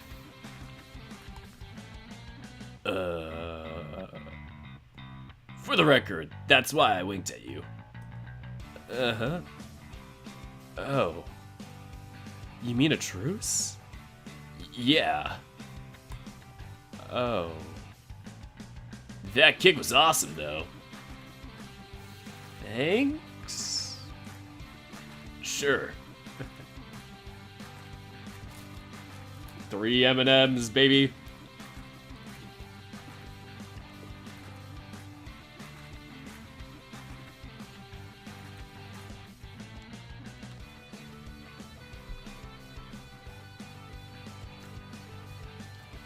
Should we? I mean, we can, I guess. Yeah, I mean, we totally could. Only if you're cool with it. Are you? I mean, I'm cool with it if you're cool with it. Cool. Cool. So, should we get closer? Yeah. Yes. We should. There's an incredibly awkward pause before you start making baby steps to get any closer. Aaron notices you stepping slightly closer and mimics your uncomfortable shifting. It's obvious that there's still distrust lingering after that kick, but at this point, you should take what you can get. You both stand near each other at an uncomfortable distance as you wait for everyone else to make a move. There's a few moments of pause before, as Bryce jogs in place and Barry clacks his claws together. Suddenly, Bryce turns towards Rex and crouches down further. Well, no point in just standing around. Come on, Rex. Let's see what those muscles are all about. Rex turns towards with a defensive stance as Bryce bulldozes forward like a tank. Oh, he's so fluffy. I love it. Oh, they're so sexy. Their palms slap together as they meet hand to head and push their weights against each other. Our two biggest combatants have locked themselves into a fierce wrestling match. I'm impressed. You're as thick as steel. Get off me! What will happen when these two forces of nature collide? Rex tries to get rid of the interlocking grip by forcing their hands down towards his left side, shifting his position around to force Bryce towards the edge of the raft. You're not getting rid of me that easily. Bryce manages to throw off Rex's balance and they stumble together, hindering his advance. Afterwards, Bryce adjusts his footing, preparing to swap their positions once more. While in the midst of tripping, Rex manages to break free of Bryce's grip and with a large, clasping motion, wraps his arms around Bryce. With an impressive effort, he begins to lift Bryce inches off the ground and starts to lean his way towards the edge of the raft. How are you? Bryce struggles to break free while the gator takes slow, steady steps towards the ocean. In that moment, a tiny clacking of footsteps reveals a tiny, brown blur running towards Rex. Gah! Barry extends his index claw into Rex's lower back, poking between his scales with precision. With a combination of shock and force, Barry successfully knocks Rex off balance, who proceeds to plummet downward off the edge of the raft while still holding tightly onto Bryce. Barry destroys everything. The impact of their bodies crashing into the sea creates a tidal wave that rocks the entire raft and sweeps Barry into the center of the stage. Barry shakes the water off of him and wipes his goggles off before throwing his hands up in victory. I did it! See ya, suckers! Woohoo! The bell rings twice as Bryce's head emerges from the water, laughing while Rex bubbles to the surface, poking the top of his head out with a look of frustration. What an incredible risk, as Barry manages to use his claws to efficiently knock our biggest competitors over with the element of surprise. Without a moment of hesitation, Hector grabs one of Barry's uplifted arms with both of his hands. With a surprising amount of force, Hector lifts Barry off the ground, spinning him around like a hammer throw spectacle. Yeet! After a few seconds of spinning, Hector finally lets go with a grand toss of the mold into the sky, before eventually Barry crashes down into the ocean down below. The bell rings once again, with the sound becoming uncomfortably familiar, given how 3 competitors were knocked out in less than a minute. Hector follows up on the element of surprise and sends Barry flying out of the stage. It's a home run! With 4 left remaining, it's anyone's game. Barry's head pops out of the ocean in the distance, spraying a fountain of water out of his mouth. You bump shoulders with Aaron as he leans in closer to fortify your partnership. With the competition narrowing in numbers, his touch comes in chilly discomfort as opposed to relief. How much longer could you trust him before you would eventually turn on each other? No one moves. A full minute painstakingly ticks as everyone captures glances at one another. In preparation for whatever happens next, you take a casting stance by extending your palms and bending your knees. To everyone's surprise, Durian, who had been a wallflower up until this point, begins dashing towards the center of your group. While Aaron tenses up for brace impact, you remain calm and collected for once.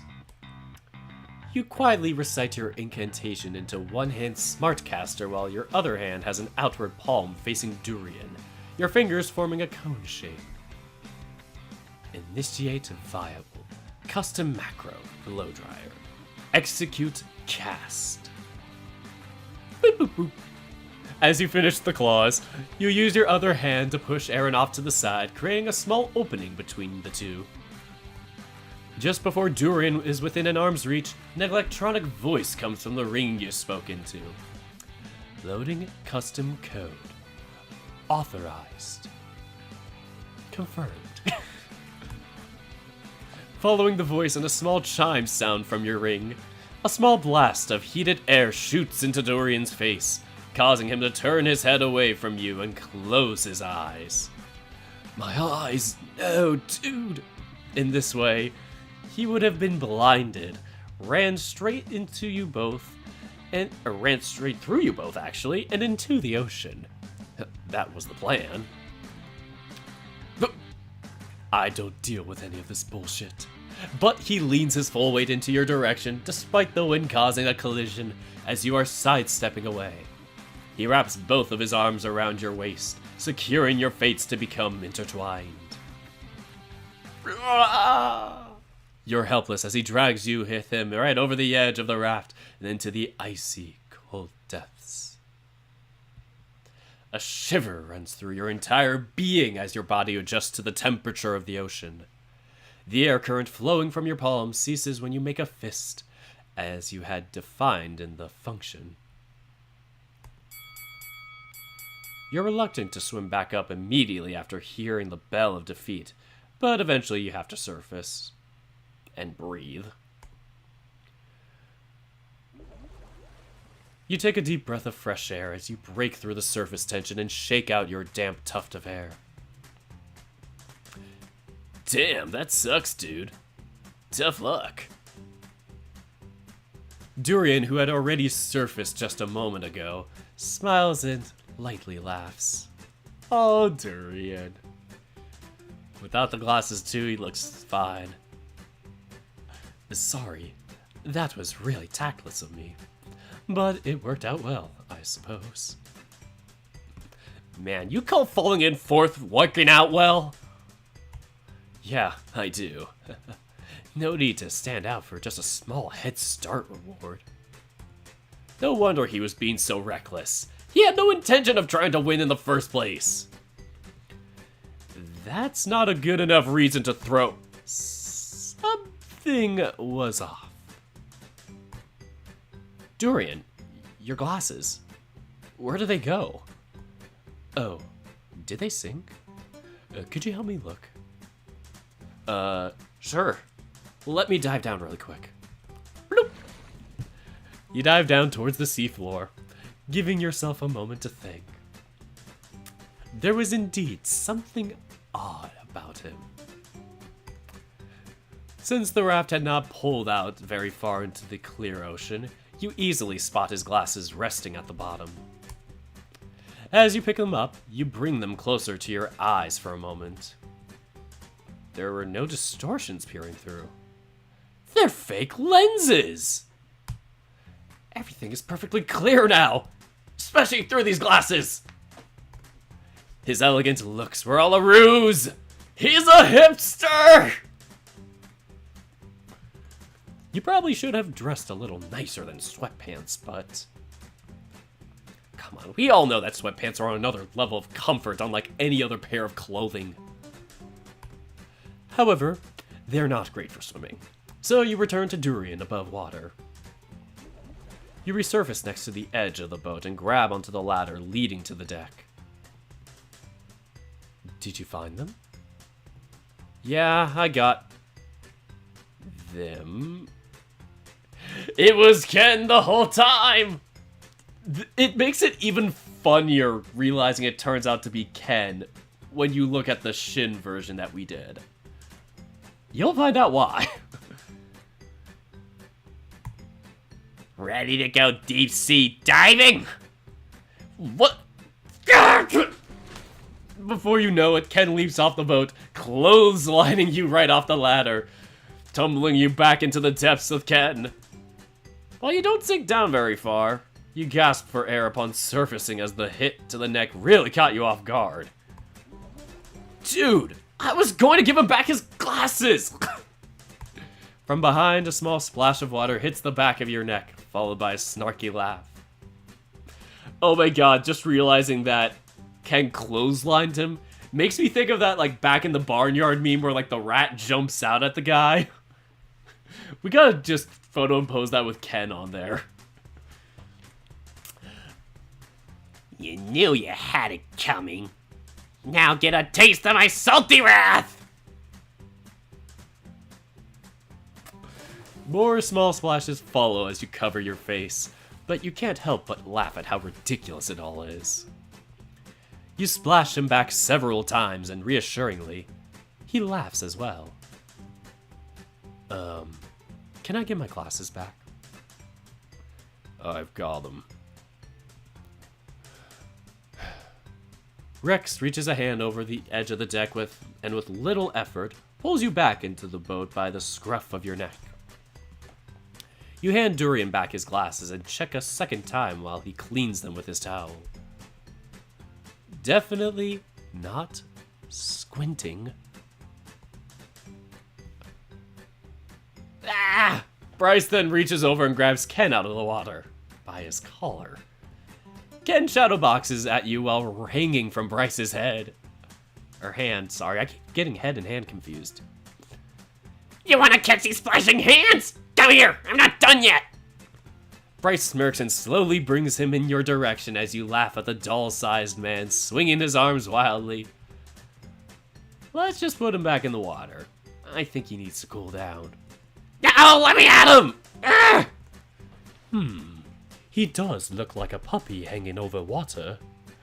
Think he'll swim like this? Ken's flailing slows down bit by bit as he tires himself out from swinging and swimming. Once Ken was tired down beyond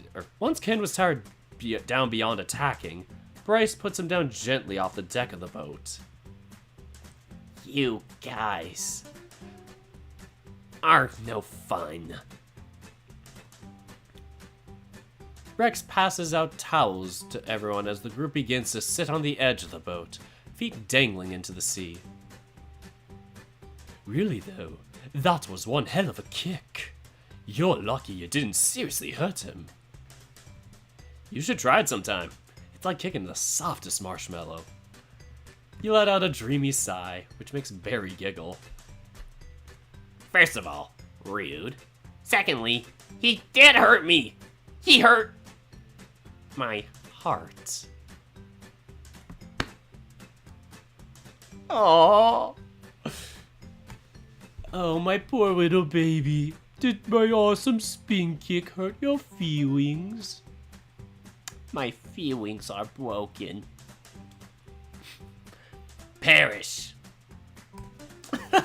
Let me make your boo-boo feel better. No, get the hell away from me. No, no. You reach over and violently tickle his tummy, causing him to yell out and tear up from laughing. A swift smack on your heads brings you back to your senses as Valimir quietly reminds you that they're still filming. Not today. Still on the raft is Aaron, doing some kind of strange dance while trying to avoid Hector, who is chasing him in circles. He looks so damn fabulous! Haha, I call this the dance of 1,000 sea dragons. As Aaron spins around wildly, a small stream of water seems to be flowing from his hand. Most likely a drinking fountain viable. You better watch your step as the terrain gets slipperier and slipperier. Surely enough, the bison staggers as his feet slide around the raft, but he holds his ground. This is really stupid. Call it what you want. I see you sliding. I still see you sliding. The prancing tiger continues to spin faster and faster, rhythmically spraying water on the bison's face so he can't see. As many times as Hector wipes his face, a new sprinkle of water blinds him again. Shit, I can't see, but I can still hear you. Oh god, Hector puts his head down and charges towards Aaron with his horns out. A high-pitched squeak slips out of Aaron's mouth as he's nearly grazed by the rampaging bison. It's only a matter of time before you slip. Woo! Without stopping, the bison charges back at him again, but slips and slides under Aaron's feet, knocking both of them down. In a panic, Aaron quickly crawls away from him and tries to get up. Out of pure irony, Aaron slips on a puddle himself and comes crashing down, sliding right off the raft. Yay! Hector wins! The bison is left speechless as the bell rings one final time. Even Valimir hesitates before bringing the magic mic to his face. And down goes the last competitor. Hector wins by a water slide. Congratulations! Hector turns towards the boat sheepishly, laying down and then flexes his arms at the camera, trying to look tough. I love it so much. I might be a Hector simp. Barry bursts into laughter, almost falling over in his chair.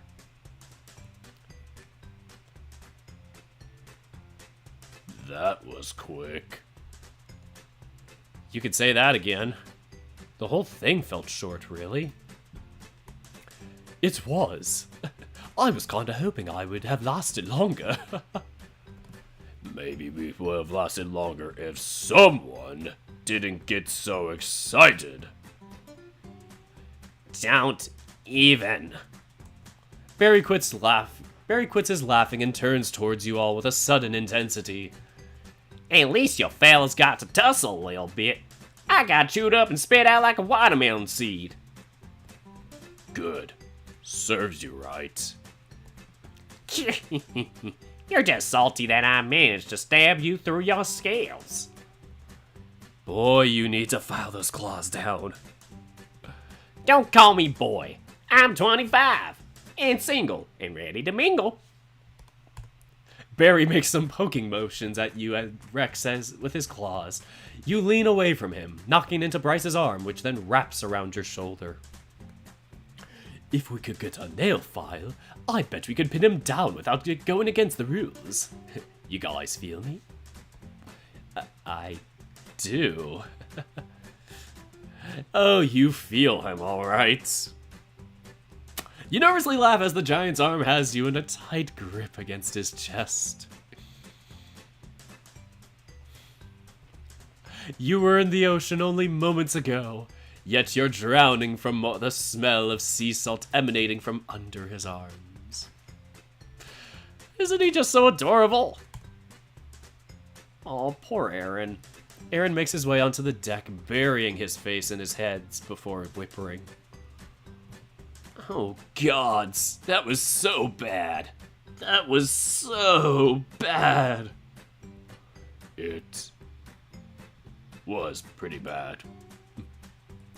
No. No, dude. It was amazing. You had Barry rolling on the floor. Aaron crouches down and hides his face in his knees. I liked your dance. It was very unique. Just hearing you say it like that is giving me secondhand cringe. Do it again. Your 1,000 PM Dragons thing. Oh, I'll do it again, alright. The next thing you know, Aaron has Barry in a headlock, giving him a noogie while his fist sprays out water. I call this one the dance of 1,000 sea dragons pissing on a mole! Oh, stop it! I'm sorry! Wah! Bryce gets up and tries to pry Aaron off of him while Rex wholeheartedly laughs. And although it felt quick, the first group challenge was over. And just like that... Cue Ellie Goulding's song. The boat collects Hector off of the raft and you all ride back to the shore, having only been out at sea for 10 minutes. You're escorted from the boat towards the cruise campsite. A small team casts the blow dryer viable on each person, drying your clothes rapidly. Whoa, new stuff!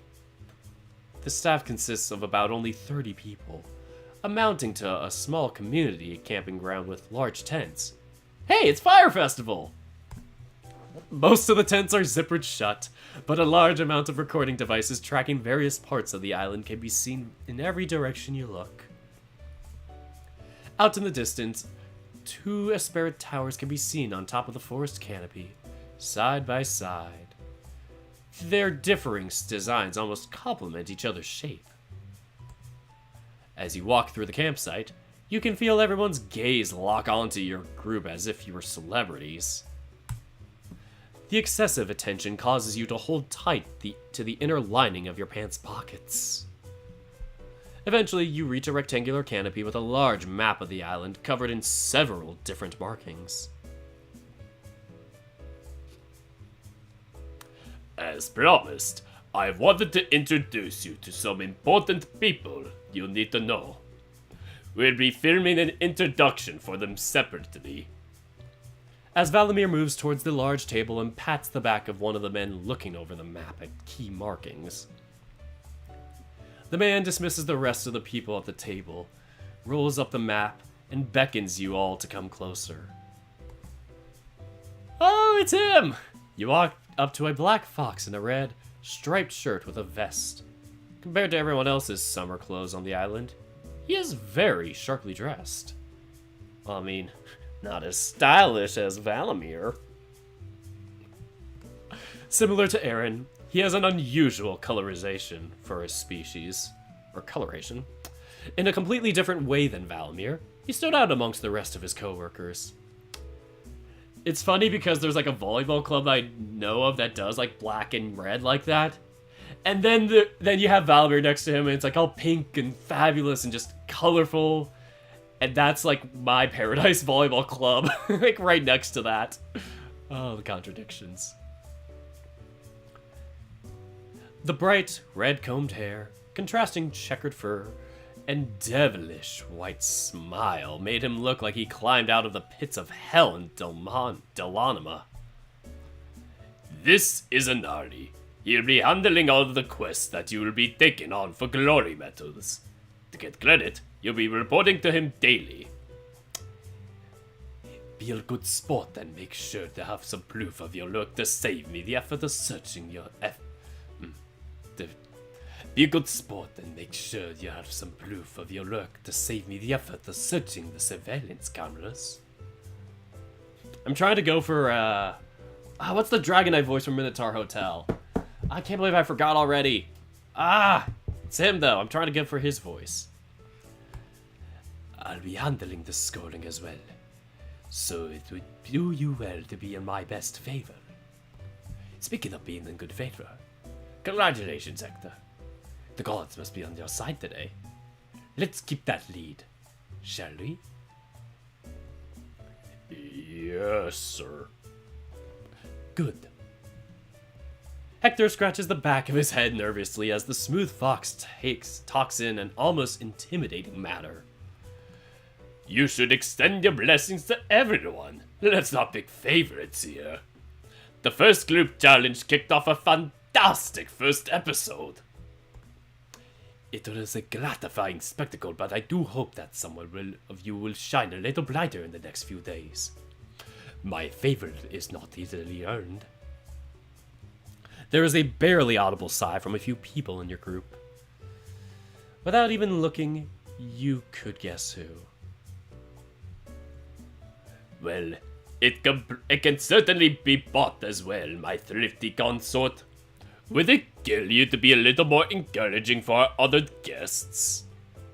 The fox's smile dissipates despite looking out at a short chuckle as he shakes his head. Letting out. You can feel the fox looking over your group like a lineup of peasants in the presence of royalty.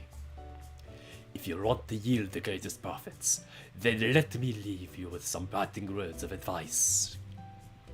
Do whatever it takes to win.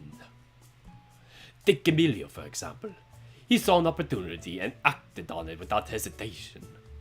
That was the difference between a winner and a loser. You look down at Ken shamefully while your panic-induced betrayal is highlighted. Oh, don't be ashamed. You were one step closer to victory because of it. Your competitors. This is a competition. Though he may be hard on his sentiments, his words ring true. There can only be one champion after all. Unless it's the Hunger Games, which, spoilers, the two of them won. In that moment, Inari bends down just enough to look at you directly in the eyes. Don't let your feelings get the best of you. You'll show me more of that in the initiative, won't you? Unable to avoid the pressure of his intimidating aura, you can't help but respond back with, "Yes, sir." Attaboy, give me a good show. His aura of intimidation could force anyone to bend their knee. My knee is bent. Being in his good favor might be the most important thing you do while you're here. Oh, I also want you to meet Jude, my personal assistant and your blacksmith. He'll be supplying you all with a sword tomorrow. Jude, could you please come here? Oh god, the one I was forced to voice but did terrible at. A smaller goat with a well-built physique with and full, shaggy beard comes jogging over next to Inari. Whoa, like a real sword? Like fully sharpened? Yes, but I wouldn't test it. I'd like to say I'm damn good at my job. I'm also a film intern, so I'll be reviewing the footage from today's shot. Wahoo! You look good out there, chump. For the first time since he arrived, he sincerely smiles with a little blush, while flexing his muscles to show off. His smile was incredibly refreshing. Completely changed the atmosphere under his tent. Not his tent, under the tent. Keep it up, big guy. We'll be seeing you all tomorrow morning at the quest board. Don't keep us waiting. If you'll excuse us, gentlemen. The two of them set off in different directions, attending to their own business. Hector lets out a hefty sigh and puts his arms down by his sides again. There's a couple more people I want you to meet, but the most important person is right over there. Follow me, men. Passing through a few crowds of people, you stop by the entrance of a large green tent with a "Do not enter without knocking" sign on the front. Just like my brother's bedroom. One moment, please. Valimir gives a rhythmic knock on the tent's door, before you hear the large sounds of footsteps coming your way.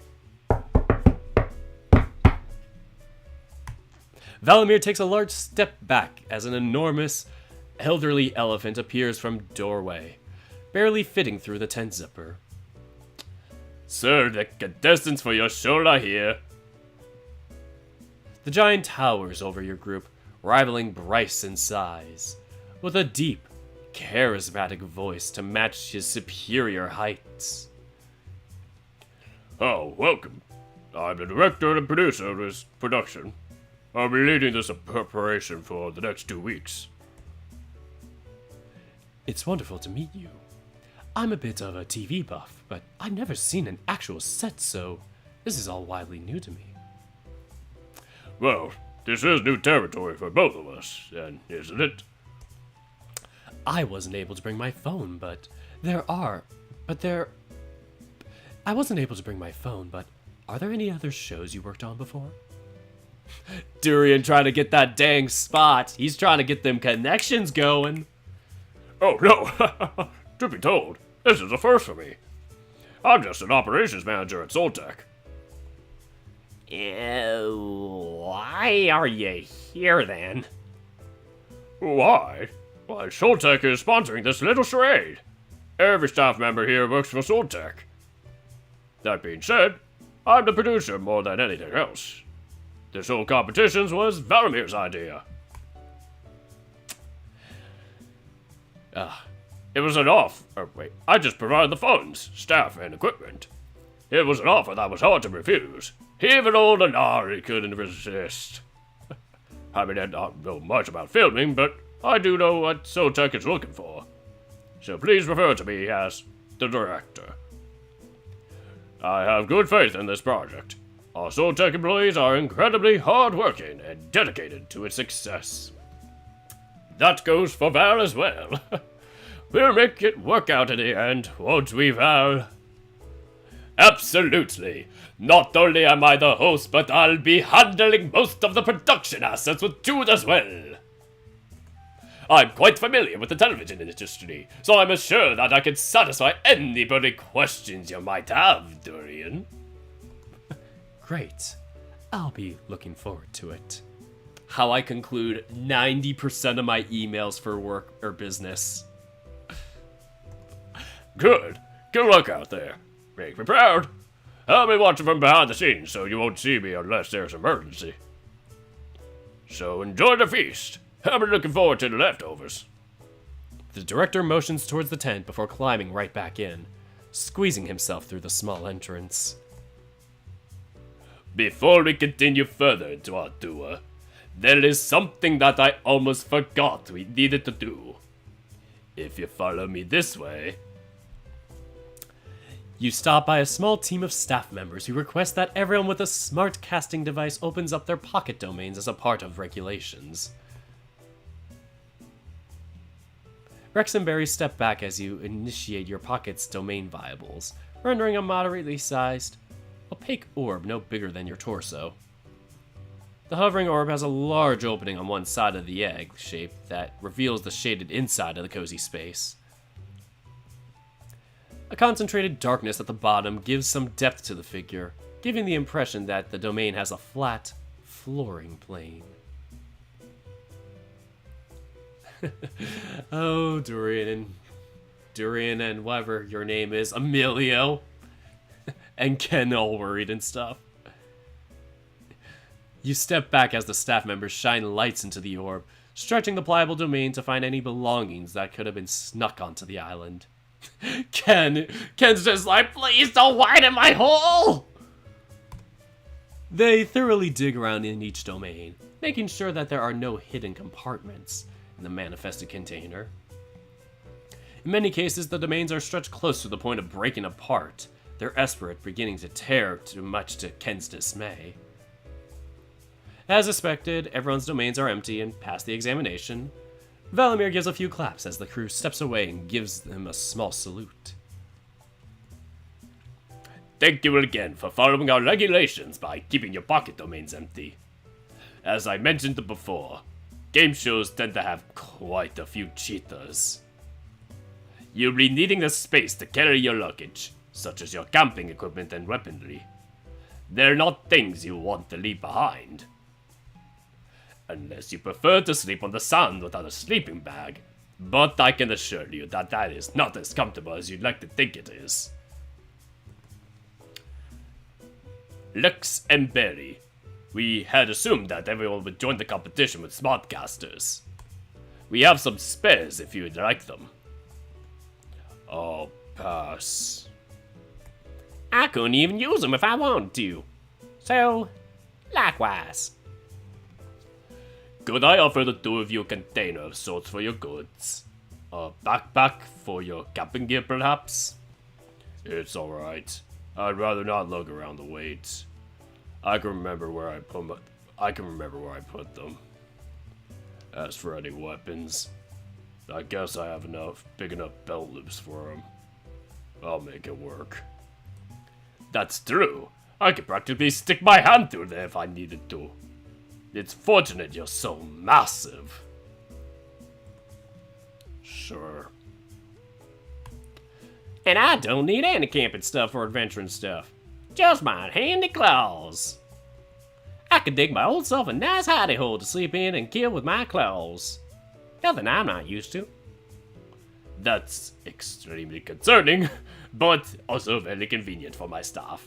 So I'll roll with it.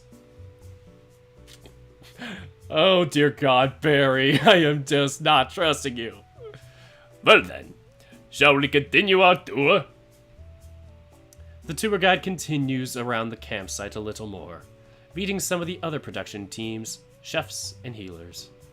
The site itself is very small, but the team is bustling around to try to get everything prepared for the oncoming days. Everyone seems to have a strict agenda, and contrary to before, even Valimir has a difficult time getting anyone's attention now. It isn't long before your tour ends back at the entrance of the camping grounds. Well, it isn't much, but we have everything we need to keep a smooth operation going. Pop quiz! What did you notice about the staff members? And what they were wearing? They all had a variety of different outfits. Was there really anything else to say? Well, Inari was in full formal attire. Jude was shirtless in a jumpsuit. Oh, they all had red, white, and black colors on their outfits. That's right! I personally coordinated our color scheme to make it easier to identify our staff. To think everyone would just want to wear t-shirts.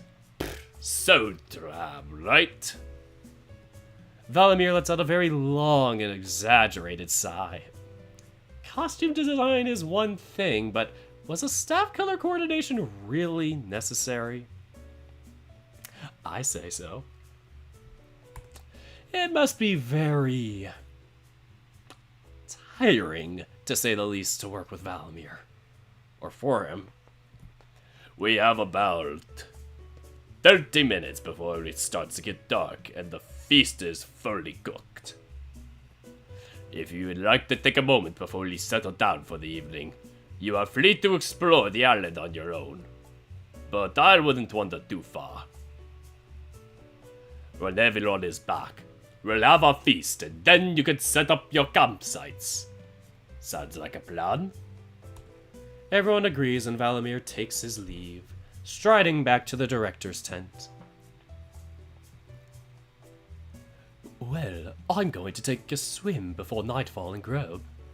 Anyone who wants to come is welcome to join me.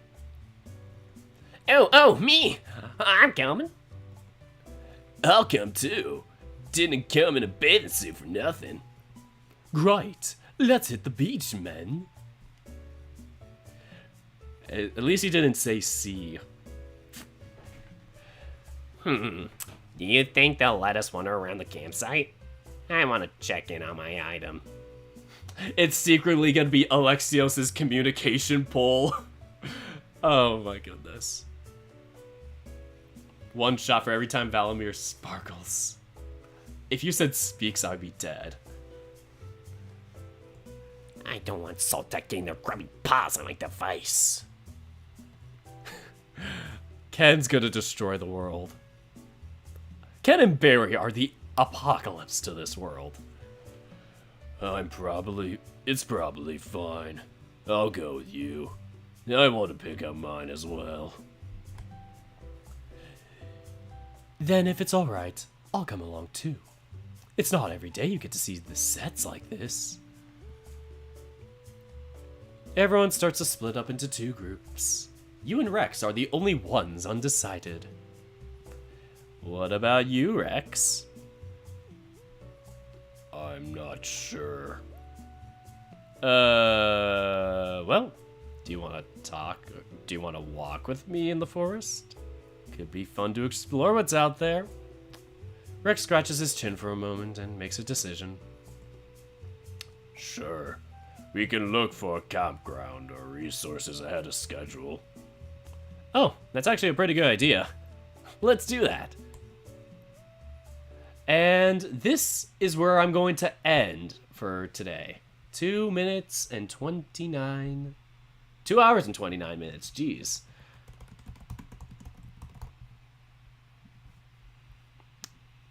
Sorry about that. I am going to do my first save. Ooh. So I went a bit longer than I wanted to because the open gym started half an hour ago, but luckily it goes on for another 2 hours. So, hey, you know, I can always go and just arrive later. I did that last time, actually. I'm always the one that shows up late. But yes, watch out for every time Valamir sparkles. But yes, when the characters smile, yeah, it does give me a warm feeling too. Rex is like, I'm not feeling.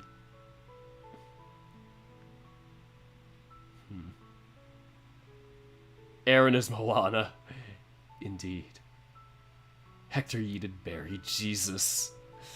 Well, I'm going to read off the patrons and then I'm going to log off for the night. So these are the people that help me kind of do my creative projects, my passion projects, and just, you know, help fund what I do best and, you know, get me to afford some awesome things like earbuds or headphones, mic, whatnot.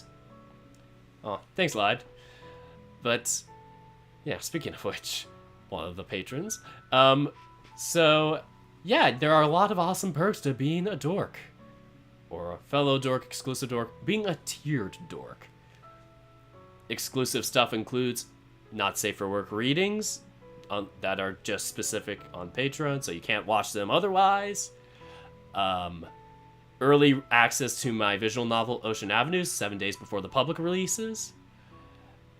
And various sketches and updates on the novel, and just other exclusive posts and polls that are only accessible to my dorks. So, you can join the tiers for as little as $3 a month, and from there, you do you. Anyway, I want to start off by thanking my fellow dorks. My $3 and above tier, Andrew Buenaventura, Andrew Corona, Crunchy Balls, Kiamato, Kuma Richards, Magram Wolfram, Neil, North Grizz, Ryan Atkins, Spike, Tagrin, and Type A Roth.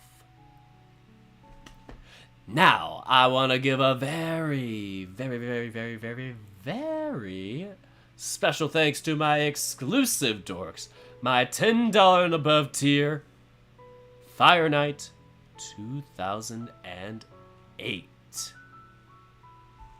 So those are my patrons, and yeah, there's some awesome perks there with that.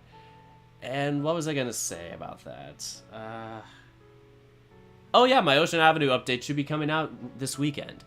We are finishing up the final CG, so we are just tying it together, and just 3.1's gonna be out soon, baby.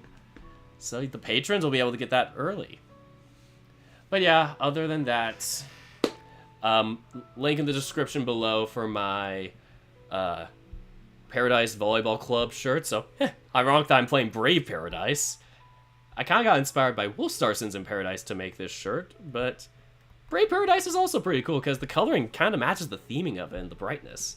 So once again, it's in the bottom of the description, and I just posted it here in the chat once more. So, that is where we're going to end things, so... Yep, thank you all so much for watching, and until next time, take care, guys.